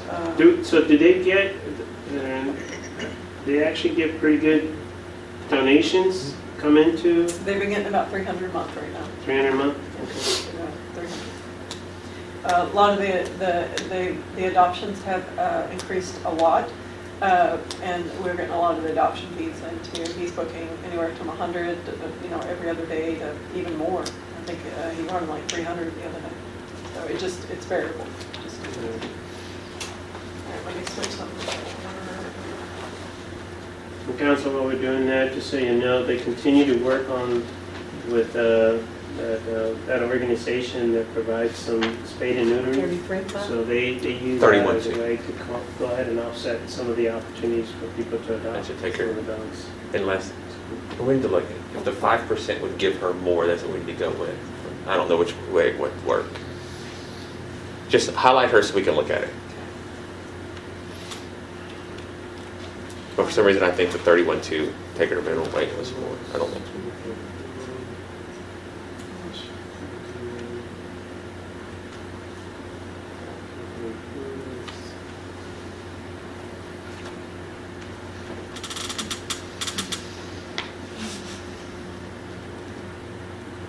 So we have 2 new hires, of course, in salaries. That's why you're seeing a little bit of not really an increase. It's not really an increase because they're just the replacements. So yeah. When are they starting? One came in today to get all her paperwork. She's going to bring it back tomorrow, and I'm not sure about the other one. Okay. So hopefully this week. I'm going to give you those 2 packets I've got so we can mark them all. We still have to do the background on them, or that's They're already done? They're already done. Okay, good. They're good to go. Good. Starting shortly. Do you see any cost? Nothing is really big in here for Santi. The only thing that he wanted is that he wants to have some the bigger industrial size exhaust fans in the back. He wants to have those put in to help with the airflow in the back. Did we ever get the amount for that? Yes, so the big ones that we looked at and we priced out were anywhere between 300 to 800 for the nice ones, and he wanted 3 of them, so that's why I had put into the capital improvements the 3,000. That wasn't including installation, but and I didn't ask him about electrical wiring back there and what he had. So.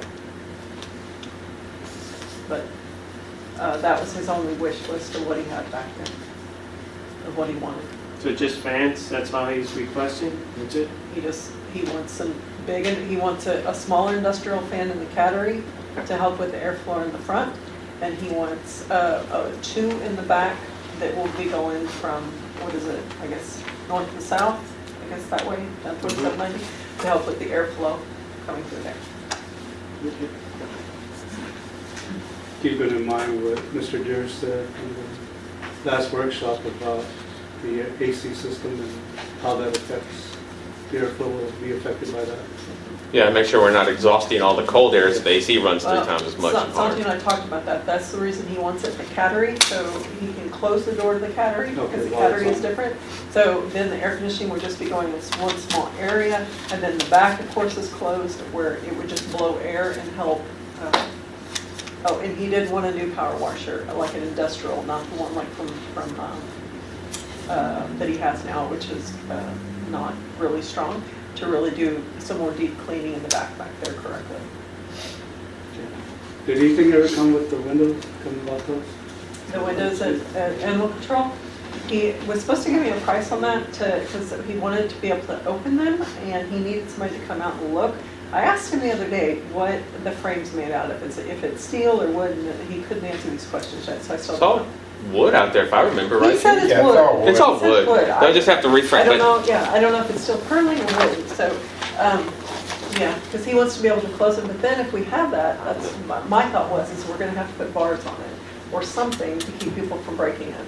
Can, Well, they can break can it. you just push the capital improvements to 5, put it back to 5 Okay, instead of 3? sure. Because I'm still thinking, you still need the labor, especially if you get the good fans, and then you're gonna have to run the electrical. See, I don't know, that's what I was thinking, I don't know what's back there. We might as well give ourselves a little bit of flexibility on there to take care of that, be able to do that work. Okay. So, Any other questions? council? Not cheap running a city, isn't it? Not cheap running animal control. There's a lot of stuff going on. All right, so what do we got next? This is... The next one over is debt service. That really is nothing to really, that's my numbers that I have to keep for government and keep for legal. The first bond that we have out, that comes out a year, is $104,000. That's what comes out of our pocket that we have to pay. For the new people that are here, we have 2 separate bonds. We have a certificate of obligation from 2012 that was renewed for $1 million. And then we have a certificate of obligation that we got last year for $8.5 million. And I have to keep those separated in 2 separate debt service funds. So the 300 is the $1 million. We pay principal pay of $92,834 a year, interest paid of $11,718. One is paid in January, and the interest is paid in July.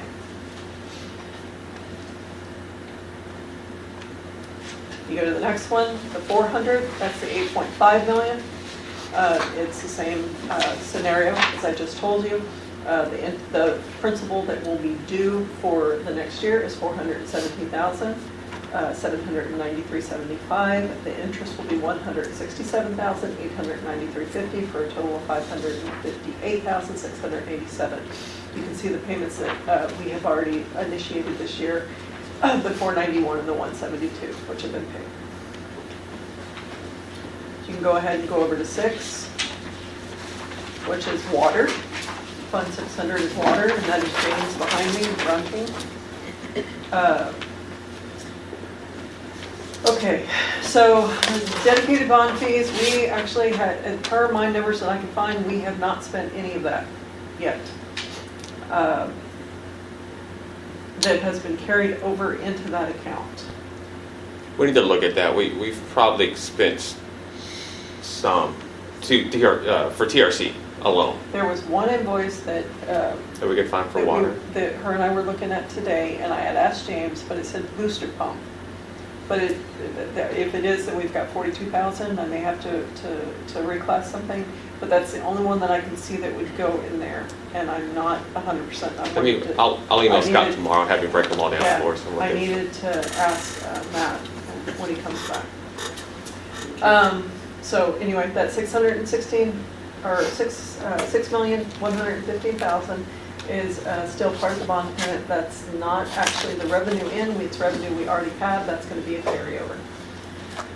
Water service fees. I played with this over the weekend.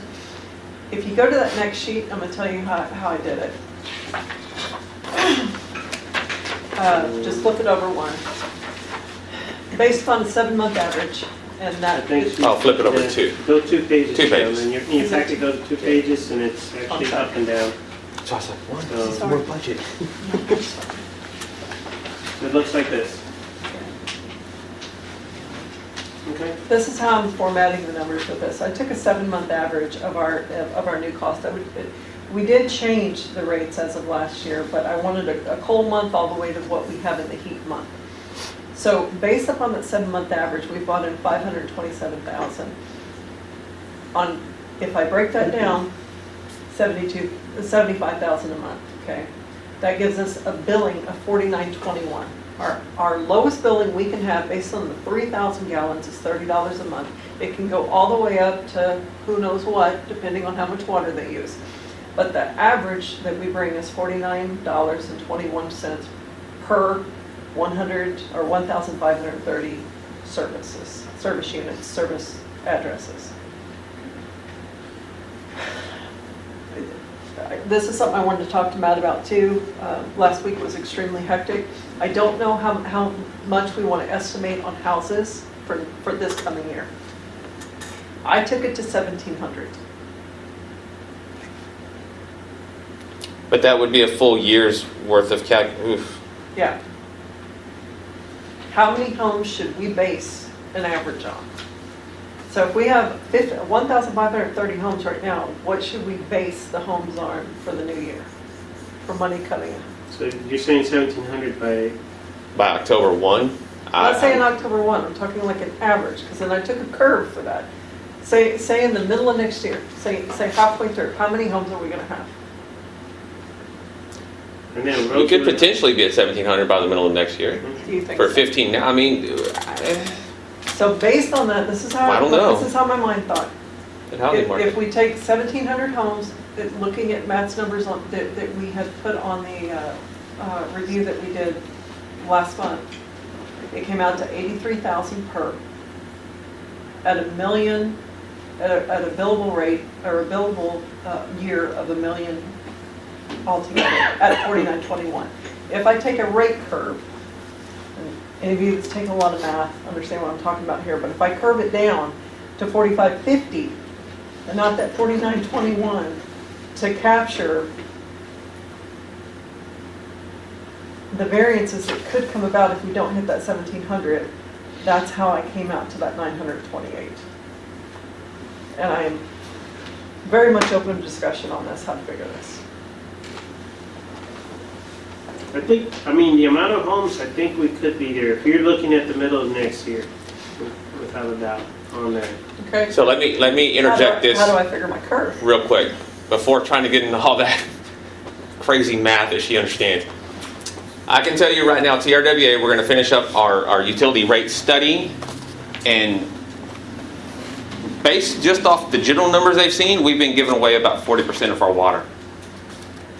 So we're going to be able to, if we can capture 20% of that, that's going to bring our utility, those up.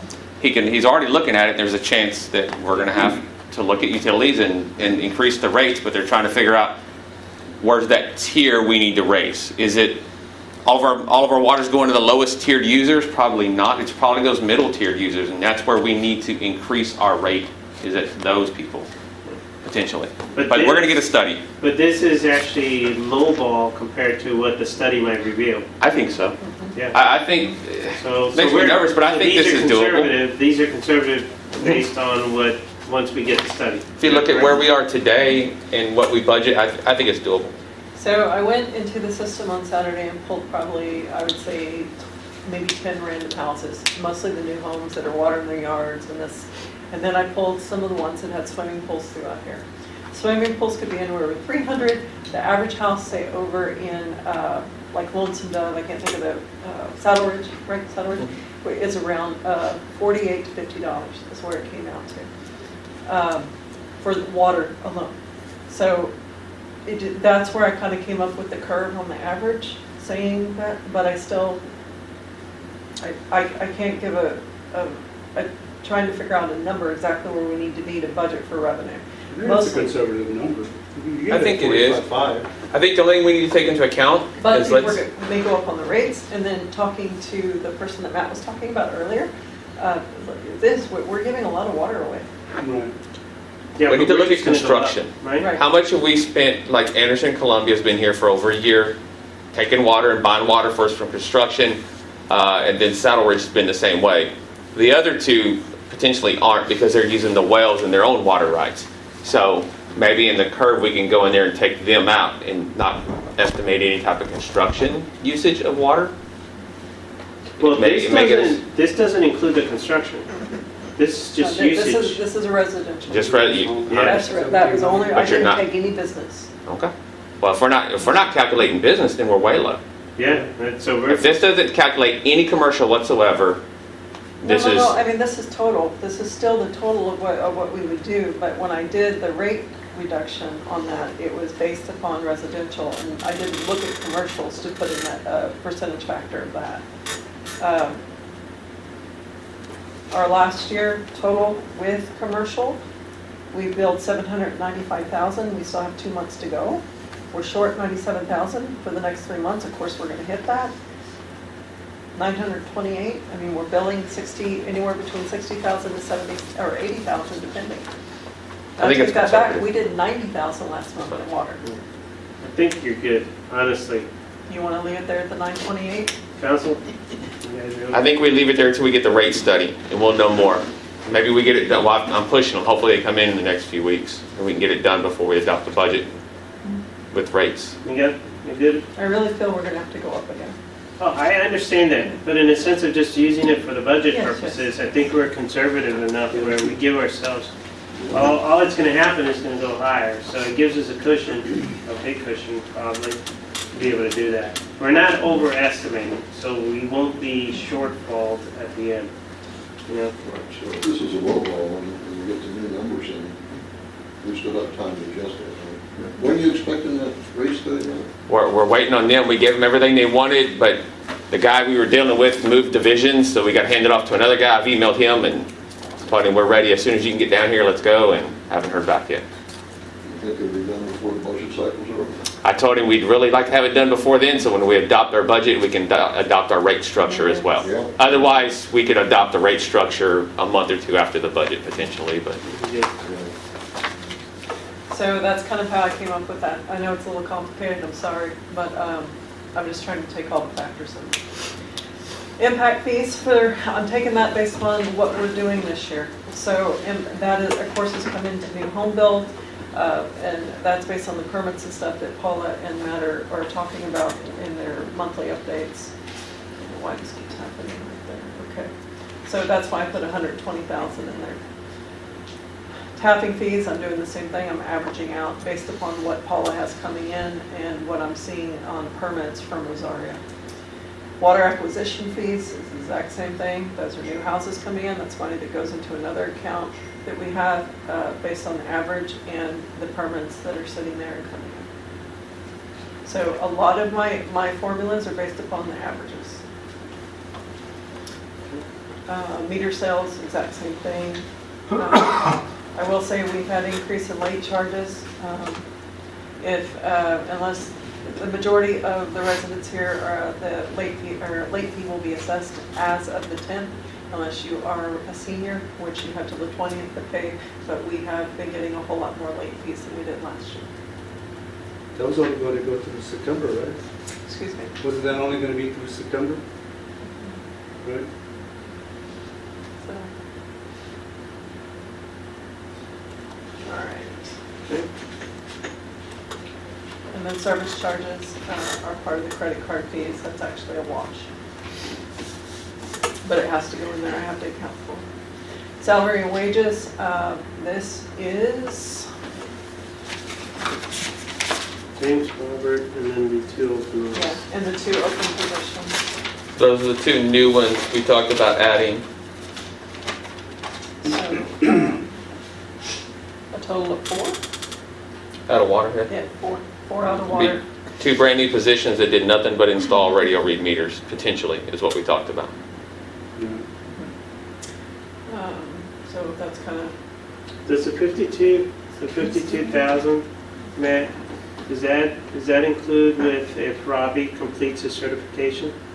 I need to look and see what his hourly rate is now and see if that's his current, or if when we built it, I think when we were building this, we built it with that in mind. I think. Don't swear me to that, but we'll check it. He's young 20s. He's a little 20. Yeah, I think that's built. he's 25 at that, he's 25 at the 52. That's 25 an hour. Okay. Well, maybe so then. Yeah, just to make sure. We'll look at it and see. Yeah, because he's pretty close to getting it done, right? Test on the 15th. Yeah. 18. Oh, maybe say 18th. Yeah. Okay. But we've got the other open position, one of the open positions budgeted high anyways. An extra 10,000 there, so that could cover if those people come in without a license, you know, they're just general laborers or something. Your expenses in there, yeah, your typical is, you know, your workers' comp all the way down. Those are kind of some set fees that, there. Consulting and legal fees, we did put a little bit more in there. And I can't remember why, Matt, I'm getting tired. Why did we say to increase legal fees and water? Don't know, I don't know. but we're going to have a lot more utilities potentially coming online. I don't know. Yeah, it was something. But the good news is we can always take out of it and Yeah. put somewhere else if needed. Nothing really big in there. James really didn't have a bunch of line items that wish list on there. I did put in for, James told me this morning he wanted 200 more meters. That's what he wanted. Right now we're paying $297 and something cents per meter. The meters have went up almost $100. So it'd be nice to get them in if they're going to keep going up. So we paid, I think, $199 for the first round, James. Was it 200 a meter? Yeah. That's 200. Yeah, and so now they're up to almost 300. How many orders have we gotten on the new meters? Just one? Two. So we're ordering the third one then. Okay. Well, we will in this budget year. So Okay. James has been doing a lot. He's been averaging about 20, putting in 20 new meters a week, right? Yeah, we put in over 50 this month. I'm sorry, last month. 50? So Over 50, so. he's been overwhelming Virginia with work orders on swapping out the Well, meters. that's good. I mean, Yeah, it's been honestly, really good. that way we can, It'll make his life a whole lot easier. And it will actually bring our income up And- because it'll better track the water usage. yeah, we're actually got a better meter tracking the water now. Yep. So the guys are really doing a lot out there with that. If those two new employees to do the installs, increase that number, and save just on the cost of the meters too. Mm-hmm. It takes them about a week to read, and then it takes the girls 3 to 4 days to input the data. Yeah, I'm talking about the install of the Oh. radio meters. Yeah. We'll save on that. I mean, you said the cost went up. James and I were talking, he said it takes him about 30 minutes to put a meter in. That's to change it out, do couplings, everything he So needs to. to me, sorry, Council, I'm gonna go a little bit top level on this, but if we had the perfect thing, we got meters in here, how much time would we save in the city hall? How much time would we save in public works? Well, I was telling 3 Matt this. days. I was, More. more We than can do it that. all in one day, I bet you. So it takes me less than 5 minutes now to upload the meters to what I call Black Betty, which is the box that goes out and reads. And then depending if everything goes good. Okay, I ran meters last time. I did all Saddle Ridge. I did that in 15 minutes. It takes Pete like an hour, but I'm not sure. Pete and I are still discussing why it takes him an hour to run it. But it you know, that No, was but just immediate. running. It was immediate. And then I can come back, I upload, it's done. So if we had an electronic, we would put it on the truck, we run it around the city, And it would take an half hour. a day. No. It would take an hour to run it, and it would take, as soon as I get it back in my hands, it would give me about 15 minutes to upload, and then the girls do a little bit of reconciliations, look for any problems, look for leaks. You're talking. So James would go from 2 days, from max. from a 4 day To half a down day. to half a day, worst case One scenario, man. right? One person instead of everybody. So how many man hours? So, Yeah, that's what I was gonna ask too. so it's just, I just want you to Times five is understand how 40 these meters, you know, it's 40 worth the hours? investment. 40 So- man Be hours able a to do day. that. That's 40 And man hours a then day. At City Hall, you guys, instead of actually working on the billing, I mean, how many days do you put in after you get the books back? A week. A week. And you would turn from a week down to half a day? I mean, it depends. Like, some of the books are bigger than the other. Paul and I can put a book in 30 or 45 minutes, but the problem is when you have variances in the book. So what we see are reads that are in there that are wrong, transpose numbers, stuff like that. Then the time consuming is doing the No, work but if order we and sending read it them, back. so- But if we didn't have that, Yeah. then we could, I think, I'm sorry, I still think we could read and have all your data in within a half a day. So half a day and half a day. Yeah. And the big selling point when they came in and talked to us was that you're gonna actually get paid for all the water you're gonna do. Where right now, old meters and whatever, that was the big selling point. So council, think about it. You know, this is definitely worth an investment for us if we have a little bit of cash somewhere to help James out, go buy the meters, because we help him out and we help the city hall folks too. Absolutely. Being able to do that. These meters we're installing, we can read them off the water towers too eventually if you want to. Put a reader on every water tower, they do everything here, we don't have to do anything. We just need to invest on the equipment though. But it's true. It's true. One of the factors we have to consider too, tell me if I remember correctly, James, the warranty starts clicking on those the day we put them on our shelf, right? Yes, Yes, yes, and I don't like that. So if we buy a year's worth of meters and don't get them all in a year, we've already lost a year. Yeah, well, that's why 200 works pretty good as we get the new homes. Right. So that works out. That's what I'm saying. But So Yeah, we need we need to to, buy as many as we can with the proviso that we can get them in the ground before the warranty expires too far on. right now we're working on getting everything out of the city limits. So to keep us from driving out of the city, so we're doing all those now. We've got a couple of roads going out of town finished and we got 3 or 4 more to And then go. do the concentrated areas so you don't have to keep Yeah. stopping and getting Right. outside, be able to do that. Thank you. Yeah. Sorry about that. I just want to I want to plant the seed so whenever James is looking and we have the time to be able to put them in a timely fashion, we need If he gets a couple to more spend the maybe, money yeah. because we save a lot of time for City Hall and for Public Works. You would say probably, just off the top of my head, hundreds of thousands of dollars a year. How much? Probably $100,000 a year in man hours. And you would overhead- increase overhead your burden. profit in the sale of the water, probably that. If we're giving away 40% of our water, So that's double. So we save man hours. I think we had 2 bad reads on the last one, and that's just, it was just, one of them, I don't think he went far enough, and the other one, I don't remember what happened. There was 2 odd reads I had on there. So we'll keep an eye. Absolutely. Keep an eye on opportunity. All right. Sorry about that. Thank you. And I think we're reading about 350 right now, radio reads? James, we got about 350 radio reads out? Well, I don't know. Even with that new equipment, you're still gonna have mistakes too. So. Not a ton of them though. Like I said, I know there was 275 is what my count was when I took Black Betty out.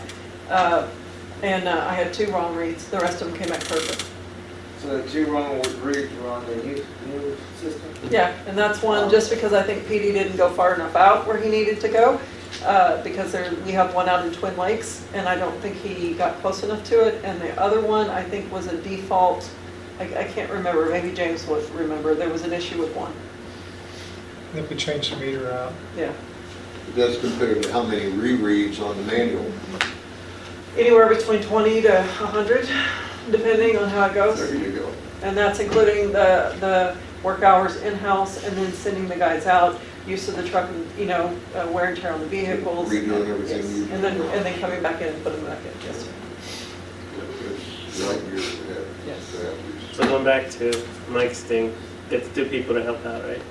There you go. So it's good. This is good. All right. All Here we right, so gas services, let's go ahead and jump to 700. Yes. Okay. After the sheet. Gas service.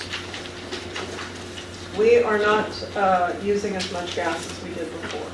So this is something I know that Matt has been looking at and other factors.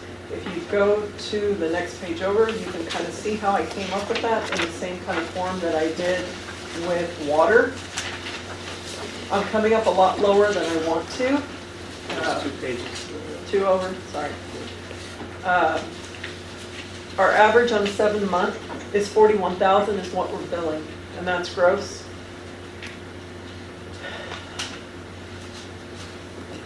but if we've already billed to date almost 400,000, how are we reducing next year to only 165,000 income? I don't know. That seems really way too low. If this year alone we've already billed 400,000, Yeah. with 2 more months to go. Now these are hotter months, right? They don't use the heaters and what takes a lot of gas, but I only did One- it through the Think you last doubled 7 the months. sewer. Yeah, I think you doubled the sewer worksheet. I did? Yeah.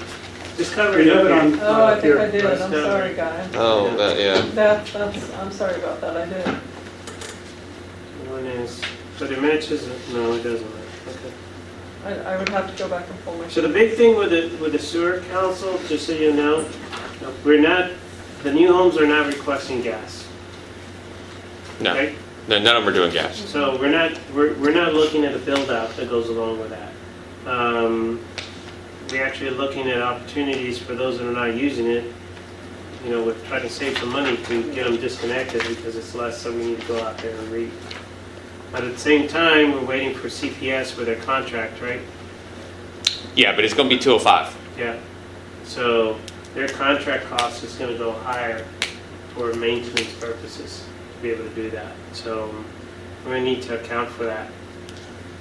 And I think when we looked at the numbers briefly before, we're going to break pretty close to even in gas because we're moving some higher end like employees out of gas. We're going to pay one low end employee out of the gas system. The rest of it is going to go to CPS and the stuff we do. But I will tell you, talking to Simon Pena, the gas consultant the city used to use years ago, I talked to him briefly on some things to pick his brain, and he says there's some new regulations coming out that we're going to be required to do to our system that potentially could cost, I mean, I don't know what they are, but could cost a lot of money. So we need to take a real good look at our gas system because it is the one utility that we do absolutely zero with other than send you a bill, collect the bill, and pay someone else to run for us. We're the middleman in our own utility. So we need to really look at that and see if that's where we want to stay. Or if we want to reinvest in it and start to train our people up to be the licensed people. We went away from that because of all the issues we had with our gas system and leaks and problems and violations. And we don't have those anymore since CPS took it over.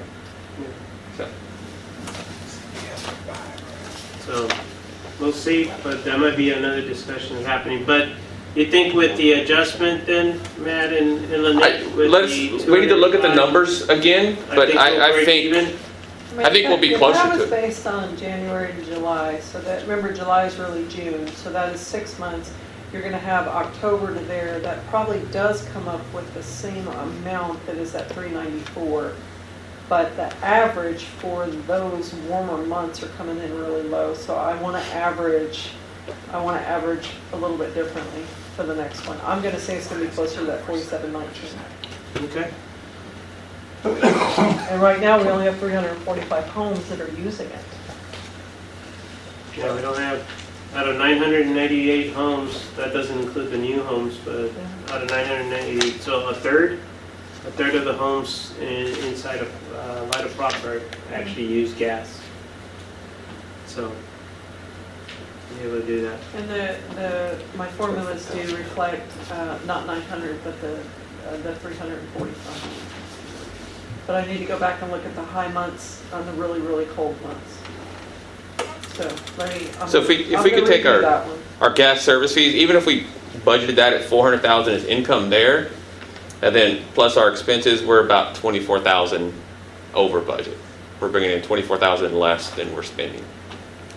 Okay. So that's a lot better than years past. Yeah. A lot better. So that was with the adjustment of the employee then? That Yes. kind of helped out? Yes. Okay. Yeah, I think we'll be talking a different story come wintertime. I can look at those averages. Yeah, because I'm pretty sure they go, I know my bills just Yeah, goes crazy definitely, during the definitely. winter. Yeah. And I think we had I was trying to remember in my head, I think we had a warm into, or early spring, didn't we? Yeah. Okay, let me do a 10 month on that. Okay, good. All right. All right. All right, so gas is Okay, good. Yeah, Okay. so I went ahead and moved that up to 400,000, but I will refigure. All right, let's go. Sewer. Sewer, I did the same thing with the sewer on your revenue numbers. Mm-hmm. I'm taking averages in there. 9 homes.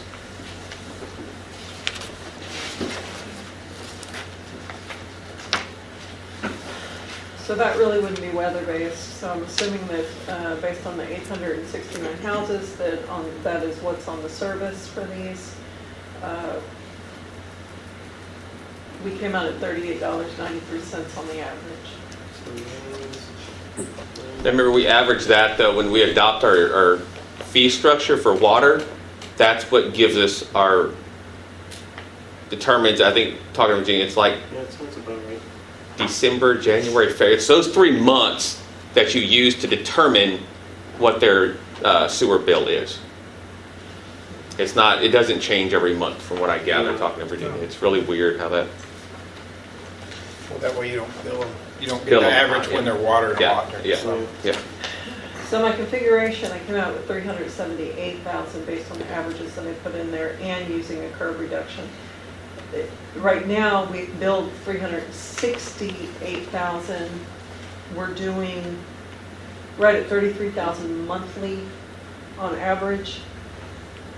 So I think we're about where we need to be on that, maybe 400,000. Yeah. But we can look at the whole year. But I'm gonna go ahead and change that to 400,000.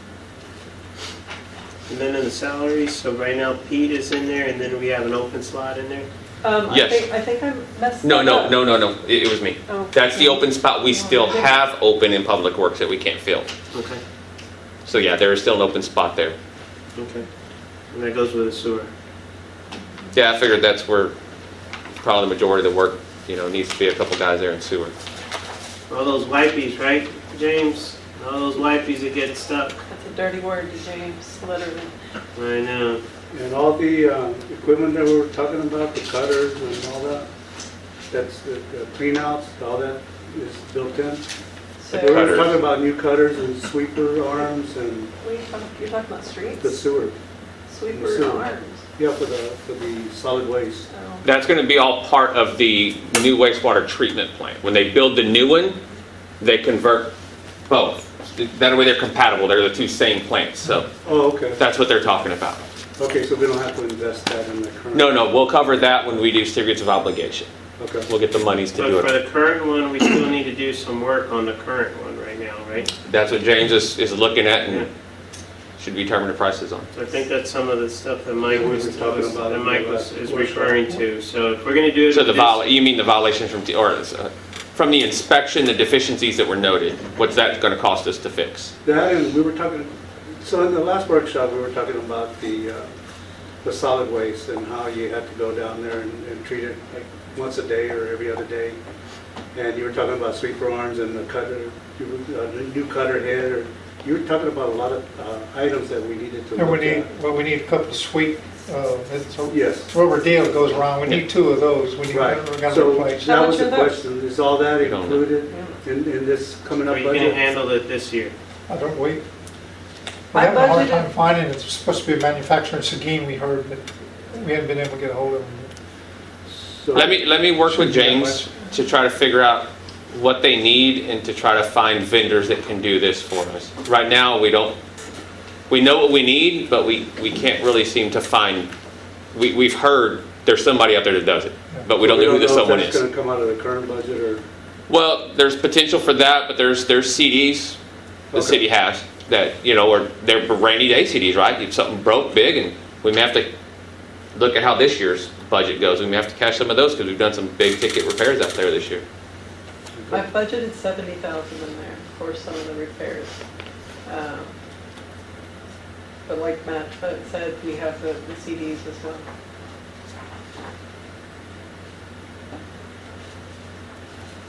We're going to have to get estimates on materials. When we cash a CD, can we partially cash a CD? From what I was told from Danielle is there is no penalty for cashing a CD. I don't know I don't see a reason why we couldn't do a partial and then reissue in the new one, or if we would just put it in an account. I'm getting better interest on, say, our infrastructure account than I am our CDs right now in the money market. So I would want Matt and I to look at that to see what would be better for our money at this point. Okay. Would availability be the same on CD and Any other investment that we do? Not always. It depends on the account. We've got anything from 2 all the way to 5. It just depends how it's bid. Now, from what Max told me, in September, everything gets rebid again, and then, of course, we can see where we stand there when it comes to the CD percentages and stuff like that. But the money, we can cash the CD anytime we want, right? Yes, sir. Penalty free is what, the way I understood it. I haven't done it yet, so I don't know for sure, but last I was told that we could cash CDs penalty free. Yes. And any other investment we might do, we'll look at being able to draw out of those immediately if we need it, right? Yes. So if I look at the sewer, just overall revenue and then the total expense, so a little bit shy of 200,000 we'll be making. Now that we moved the employees around, yes. Before then, it was a little bit. There were some of these, once we get to more final numbers, you'll see transfers from these funds into the general fund to help cover some of those costs. Well, this is good. So as of changing the stuff that Matt we talked about and increasing some of the funds, like you said, I wasn't really sure with the water and gas, we have brought up our negative balance to a positive $12,577. It's pretty good. We went from a $300,000 deficit. Man, That's pretty easy. We made a lot of money sitting No, here. dang. Let's stay till midnight. No, my kids, We'll make a minimum. kids might kill me. So, They're at the back crying, trying to sleep on the We floor. were here to tweak the numbers, we were here to talk about them, so this is what we were supposed to do. Like I said, this is just a budget work. It's a working copy. Once we get back, we have to still file the proposed budget, which is more of that solidified budget. This is our proposed budget. We get one more stab after that to make any changes before we adopt the budget. So we still got a couple more times. Think about it, reach out to us if you don't see something that makes sense. You know, this is all driven by y'all that sit up there. So the question for you and council, you know, how does it look overall? With these changes, and if we feel comfortable with the water revenue and the gas and sewer revenue that we just changed, it looks fine to me now. Before then, I was kind of gritting my teeth. Okay. We'll get some more time that we can sit down and again, line by line, look at everything. We may find another thing or two that we just, because it's been a late day, we breezed over tonight. The good thing tonight. is that we're being conservative right now. Very. So- I'm extremely conservative, mostly with our revenues. So if we have anything, you know, in a sense of it's up, you know, it's just going to get better. So we're operating at the conservative level to make sure that the budget balances itself out. So we'll be able to do that. But I think the big thing for us to take into consideration with this, and with Matt and Lynette's guidance, is we just need to make sure that we're prepared to prioritize and do the things that we need to do. So council, just kind of be prepared. Did you guys have anything else you want to talk about? Now we're making one more change real quick that I'm sorry, we'll throw us back in the negative. Okay. So It's just what we the only thing I want you to be prepared, it could be as quickly as this next meeting or the following. I'll work with Matt and Lynette based on where we're at. But I think at a certain point as a council, we're going to need to decide, hey, these are the things that we feel we need to tackle, okay? So then we can make it easier for our staff to go ahead and start working those and trying to figure out, okay, if we need to do these other things, how we're going to be able to get there if it's not within the budget. And that's where we're talking about getting some help with that additional consultant to come in that might be able to help us out, maybe find some money for some of these priorities that we actually have. So be thinking of that. Think of stuff that you might think is a priority, so we can go ahead and put it on there, and then we let the staff run with it. You know, versus us coming every day or every meeting or next meeting and asking the exact same questions over and over. It's better for us to just go ahead and put it together and then give it to the staff and let them work it. Okay, and then they just come back to us when they're ready to go ahead and let us know. But that'll give them an idea. So be prepared here in the next two meetings, one of the two, depending on where we're at with some of this. To be able to come back to you and ask you for priorities, what you feel are important for us to go ahead and tackle. Okay? Questions? Can't say thanks enough from the council to all of you being able to put this together. Lynette, especially for you. You burned the midnight. Yeah, you did, putting a lot of I had this. people bringing me food, I had people bringing me coffee. But Yeah. this place is haunted, I'm gonna tell you that right now. This is a haunted building. Well, the other day I thought we were haunted because I saw from the side view, I saw a door closed, and I was like, I said something. It's like, is anybody there? Anybody there? And then I told David, follow me, because I was like, if I'm gonna see something, I want you to be my witness. The mayor's crazy. I was like, I don't need. Paula jumped around the corner. It was Paula closing doors as she was leaving, and we just kept hearing stuff, and it was Paula leaving. So Paula was working late that day, taking care of business. Saturday night, I'm sitting here, and you could hear people walking through here. You could hear footsteps. Okay, so revenue driven, 31 October, we have a lock-in, okay? We actually, people pay, we lock them in, and they see if we survive overnight. I can tell you from my PD days, working night shift sitting over there, there's something going on. I've cleared this building twice in the middle of the night thinking somebody was in here. You know, I could hear people walking. I really could. All I'm saying is revenue. And I thought, I was like, Revenue well, maybe, opportunity, you know, right? Haunted house. A little- And then one night, Always Paula was coming up. working late and said the same exact thing. She was here until like 10 o'clock, and we get texts, we have a group text with all the girls, and she goes, this place is haunted. Anything. I was like, yes. When I work nights, to avoid that, I just slept. That way it didn't happen. Never heard nothing. Hey, the city was safe, Richie was on duty. He was out. They could knock on the door back then, we didn't have cell Tape's phones. still on, Richie. You know? All right. Statute of limitations, 25 Okay, years. any last minute things? Anything at all? Okay, once again, thank you to the staff. A lot of work on this. We appreciate the time. It is a workshop, so we don't need a motion, but we're going to go ahead and put down all of 9:10 I'll make p.m. that motion. We'll go ahead and close. Well, we're good. It's a workshop, so Oh, we're good. okay. So be able to do that. But we'll go ahead and shut it down. Once again, start thinking of those priorities, okay? And here in the next few meetings, we'll go ahead and come back together. And our next meeting is Monday, right? Back to regular meeting? We don't have anything else. So next Monday, we'll get together, and hopefully we got a short agenda. That way we can not take as much time, but this was all worth it. Thank you so much. Have a great night. Thank you. So you'll be here next Monday. What's that? Yes, those.